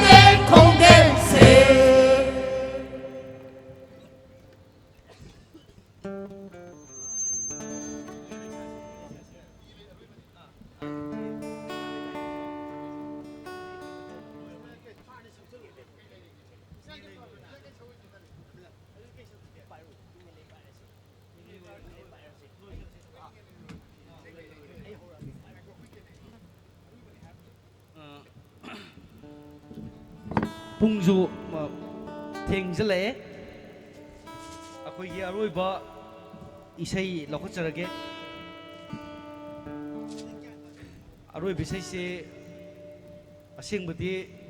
ꯏꯉꯥ ꯊꯥ ꯃꯇꯝꯗ ꯁꯥꯠꯄ ꯂꯩ ꯑꯃꯕꯨ ꯁꯩꯊꯥꯕ ꯏꯁꯩꯅꯤ ꯑꯗꯨꯕꯨ ꯋꯥꯛꯆꯤꯡꯁꯤꯗ ꯃꯌꯥꯝꯒꯤ ꯊꯧꯒꯜ ꯑꯣꯏꯅ ꯑꯔꯣꯏꯕ ꯊꯧꯒꯜ ꯑꯣꯏꯅ ꯂꯥꯟꯊꯣꯛꯆꯔꯝꯒꯦ ꯏꯉꯦꯜ ꯂꯩ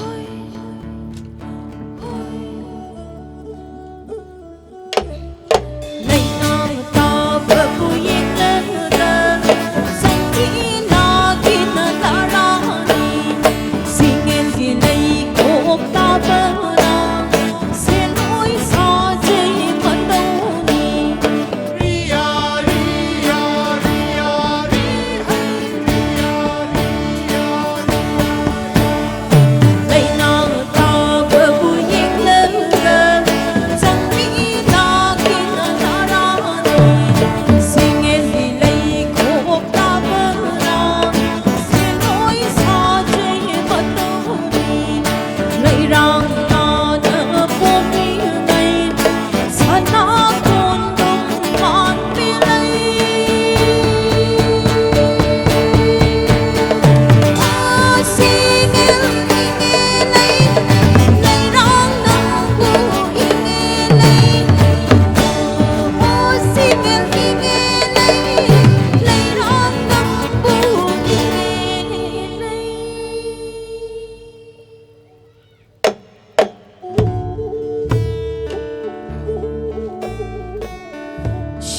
leirang mapupni taibang pumbang gimitapam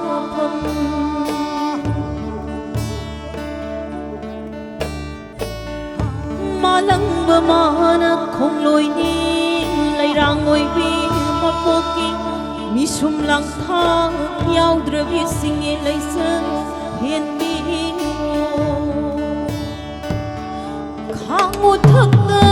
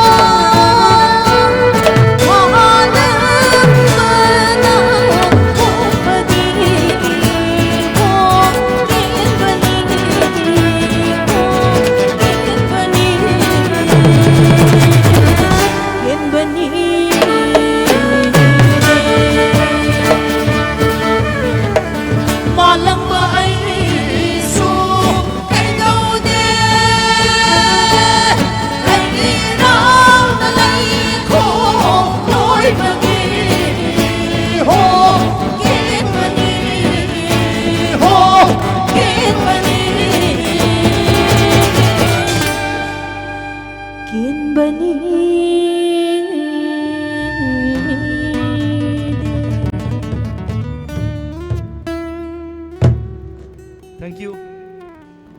Maya mu thagatsari.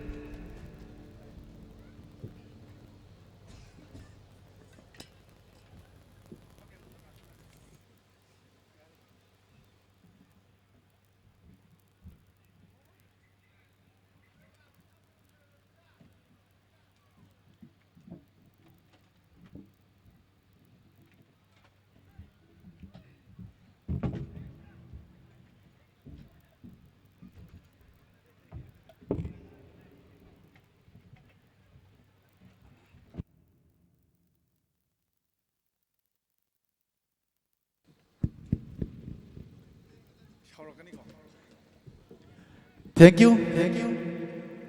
Fusion music kingna khongna thinna sakpa ngamba yamna manipurgi tanglaba uko wako sing thinba uko wako hairaga do hinona yamna hantana khaningai oide wako haibadi bamboo na saba bamboo makak haibani sumai tawdana akhoi ngasigi lakpiriba musician sing akhoi maitalonda harak kari haini uko wakong thinba ichilinaw singna ngasi yamna fajaraba singmi tami anigi saichek saidada yamna fajaraba ariba matamgi folk ariba matamgi khulangi saigi saihek pulap punsilaga anouba modelize tokduna anouba makhal amagi ontokduna miyamda nungairaba mathel amo oina uppiramba kai khunazaraba ngasigi ben yamna thagasari Nambol Bora Festival 2020 anouba sahi January ki tarik tara dagi na tara tere phauba sathagadaba ahama numit asida haita yamna wana ai basingidi yamna laina sinjare basingidi yamna luna haita sinjaba sigi ahama numit asida yamna fazana ningtijina performance to bire mai damakta sinjalangjani ba ketdagi makidagi hanna thaksa phungduk chari loina na yumthong khudingi 이샤기 프리카우드 이샤기 굿다 파이비두나 ngasi기 Bora Festival asibu miyeng tabiriba YouTube ki maikaida Kanglei view gi maikaida gi yem phangbiriba iramdam malem pumade laibiriba maitai jati bunuksijaba Nambol Bora Festival mu sagotsaba khwai punamakpu hanna hanna thagasari ngasigi damukta oinadi Nambol Bora Festival ahaba hogdopu numiki aroibe pumham yokselaklei tinbiriba lengbiraliba khwai punamakna ngasi aikoina langkiba soikiba ngasigi sathajariba asida apen penda kudimak sinja langjarib singi maikaidagi thodok hendokna sinjariba asi maikai gi oina iramdam irei kai asi ko oina Nambol maikai gi oina loina na Manipur gi yana mas 시부 가만히 자두니 시부 이마 이부 가만히 자두니 시부 까이노미 아시 하루지리 가야되나 하우 숨도 야우샤도 가만히 자두니 시부 그래도르긴 해 안강신 닝아이 떠리 시부 예 랑오브 야우다버기네 빠붕 시 온토군이다 세세세 시가 사로스 시부 가만히 자두니 시부 이마 시부 하우 숨도 못 달래봐 시가 사로바 자니 자두 가만히 자두니 시부 야우샤도 못 달래봐 ꯑꯩꯈꯣꯏꯒꯤ ꯃꯇꯝꯗꯗꯤ ꯕꯣꯔꯥ ꯀꯥꯡꯉꯧ ꯈꯔ ꯌꯥꯎꯈ꯭ꯔꯗꯤ ꯂꯣꯏꯔꯦ ꯃꯁꯤꯒꯤ ꯑꯉꯥꯡꯁꯤꯗꯤ ꯀꯩꯗꯧꯔꯤ ꯏꯇꯩꯃ ꯀꯔꯤꯒꯤ ꯑꯣꯏꯅꯤꯒꯤ ꯆꯥꯕꯒꯤ ꯅꯤꯡꯉꯥꯏꯅꯤꯗꯅ ꯁꯦ ꯁꯤ ꯆꯥꯔꯨꯁꯦ 자nin게봐 제가 로이 자nin게봐 시 ꯉꯥꯡꯁꯤ ase khangde lokthar tangariba phong phong saban Nambol Bora ni Nambol Bora Nambol Bora kayun haisibo Nambol Bora Nambol Bora 하이마이마 나 우리 시우네 하이마이마 그리 구사노 이때마 락리버 자누와리 땅 10dagi 30 파우부세 지대시다 Nambol Higher Secondary Ground ꯑꯩꯈꯣꯏ ꯄꯨꯂꯞ ꯆꯠꯂꯨꯁꯦ Nambol Higher Secondary Ground 하이시 코리 파바기 그라운드 너트로 마니 이때마 아두다 까이 레이기 아두다 Nambol Bora Festival 빵토카니바 오. 아두다네 ꯑꯩꯈꯣꯏ ꯇꯥꯃꯣꯅꯦ 이때마네 이부모네 ꯑꯩꯈꯣ이 ꯄꯨꯂꯞ ꯆꯠꯂꯨꯔꯁꯦꯕ 사시야이 ꯆꯠꯂꯨꯍꯦ ꯅꯣꯏꯗꯪ ꯑꯩꯅꯦ number 1 ꯆꯠꯇꯣꯏꯁꯦ 아이쇼 아다 ጨப்பு 야우기고 부부아 ꯑꯋꯥꯕ ꯉꯥꯏꯍꯥꯛꯇꯪ ꯄꯣꯊꯥꯅꯕ indigenous food ꯑꯥꯏꯇꯦꯝꯗ ꯕꯦꯁ ꯇꯧꯕ Nambol Bora Festival 2020 ꯃꯆꯨ ꯀꯌꯥꯒꯤ ꯃꯔꯛꯇ ꯑꯍꯥꯎꯕ Nambolꯒꯤ ꯕꯣꯔꯥ ꯆꯥꯔꯨꯁꯤ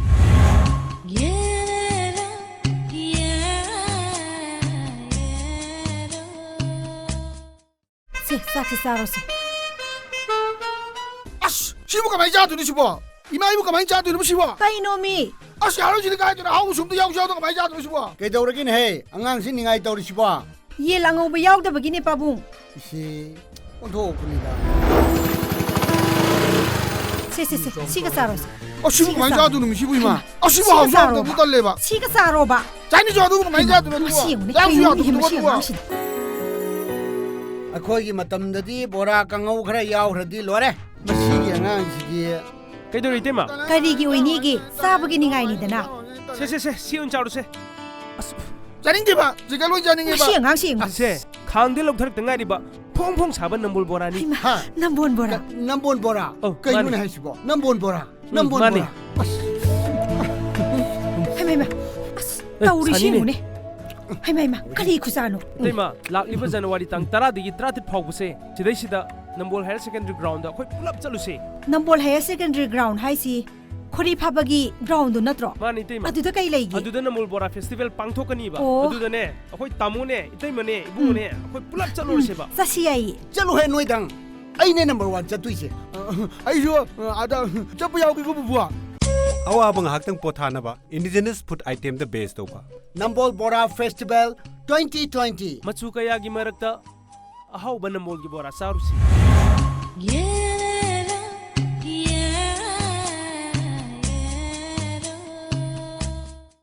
세 사치 사로스 시부 가만히 자두니 시부 이마 이부 가만히 자두니 시부 까이노미 아시 하루지리 가야되나 하우 숨도 야우샤도 가만히 자두니 시부 그래도르긴 해 안강신 닝아이 떠리 시부 예 랑오브 야우다버기네 빠붕 시 온토군이다 세세세 시가 사로스 시부 가만히 자두니 시부 이마 시부 하우 숨도 못 달래봐 시가 사로바 자니 자두 가만히 자두니 시우네 야우샤도 못 달래봐 ꯑꯩꯈꯣꯏꯒꯤ ꯃꯇꯝꯗꯗꯤ ꯕꯣꯔꯥ ꯀꯥꯡꯉꯧ ꯈꯔ ꯌꯥꯎꯈ꯭ꯔꯗꯤ ꯂꯣꯏꯔꯦ ꯃꯁꯤꯒꯤ ꯑꯉꯥꯡꯁꯤꯗꯤ ꯀꯩꯗꯧꯔꯤ 이때마 그리기 오이니기 싸버기 닝아이니다나 시 짜루세 자nin게봐 제가 로이 자nin게봐 시 ꯉꯥꯡꯁꯤ ase khang de lok thar tangai ri ba phong phong saban nambol bora ni ha Nambol Bora Nambol Bora Oh, kai mani. mun hai sibo Nambol Bora Nambol mani. Bora hai mai ma tauri shi mu ne hai mai ma kali khusano Tema lakliba January tang 10 dagi 30 phawbse chidai sida Nambol Higher Secondary Ground da khoi pulap chaluse Nambol Higher Secondary Ground haisi khori phabagi ground natro mani tema adu da kai leigi adu da Nambol Bora Festival pangthokani ba Oh. adu da ne akhoi tamu ne itai mane ibu ne akhoi pulap chaluse ba sashi ai chalo he noi dang ai ne number 1 chatui se ai jo ada chap yaw ki ko bua awa bang haktang pothanaba indigenous food item the base toba Nambol Bora Festival 2020 machu kaya gi marakta ahau ba Nambol gi bora sarusi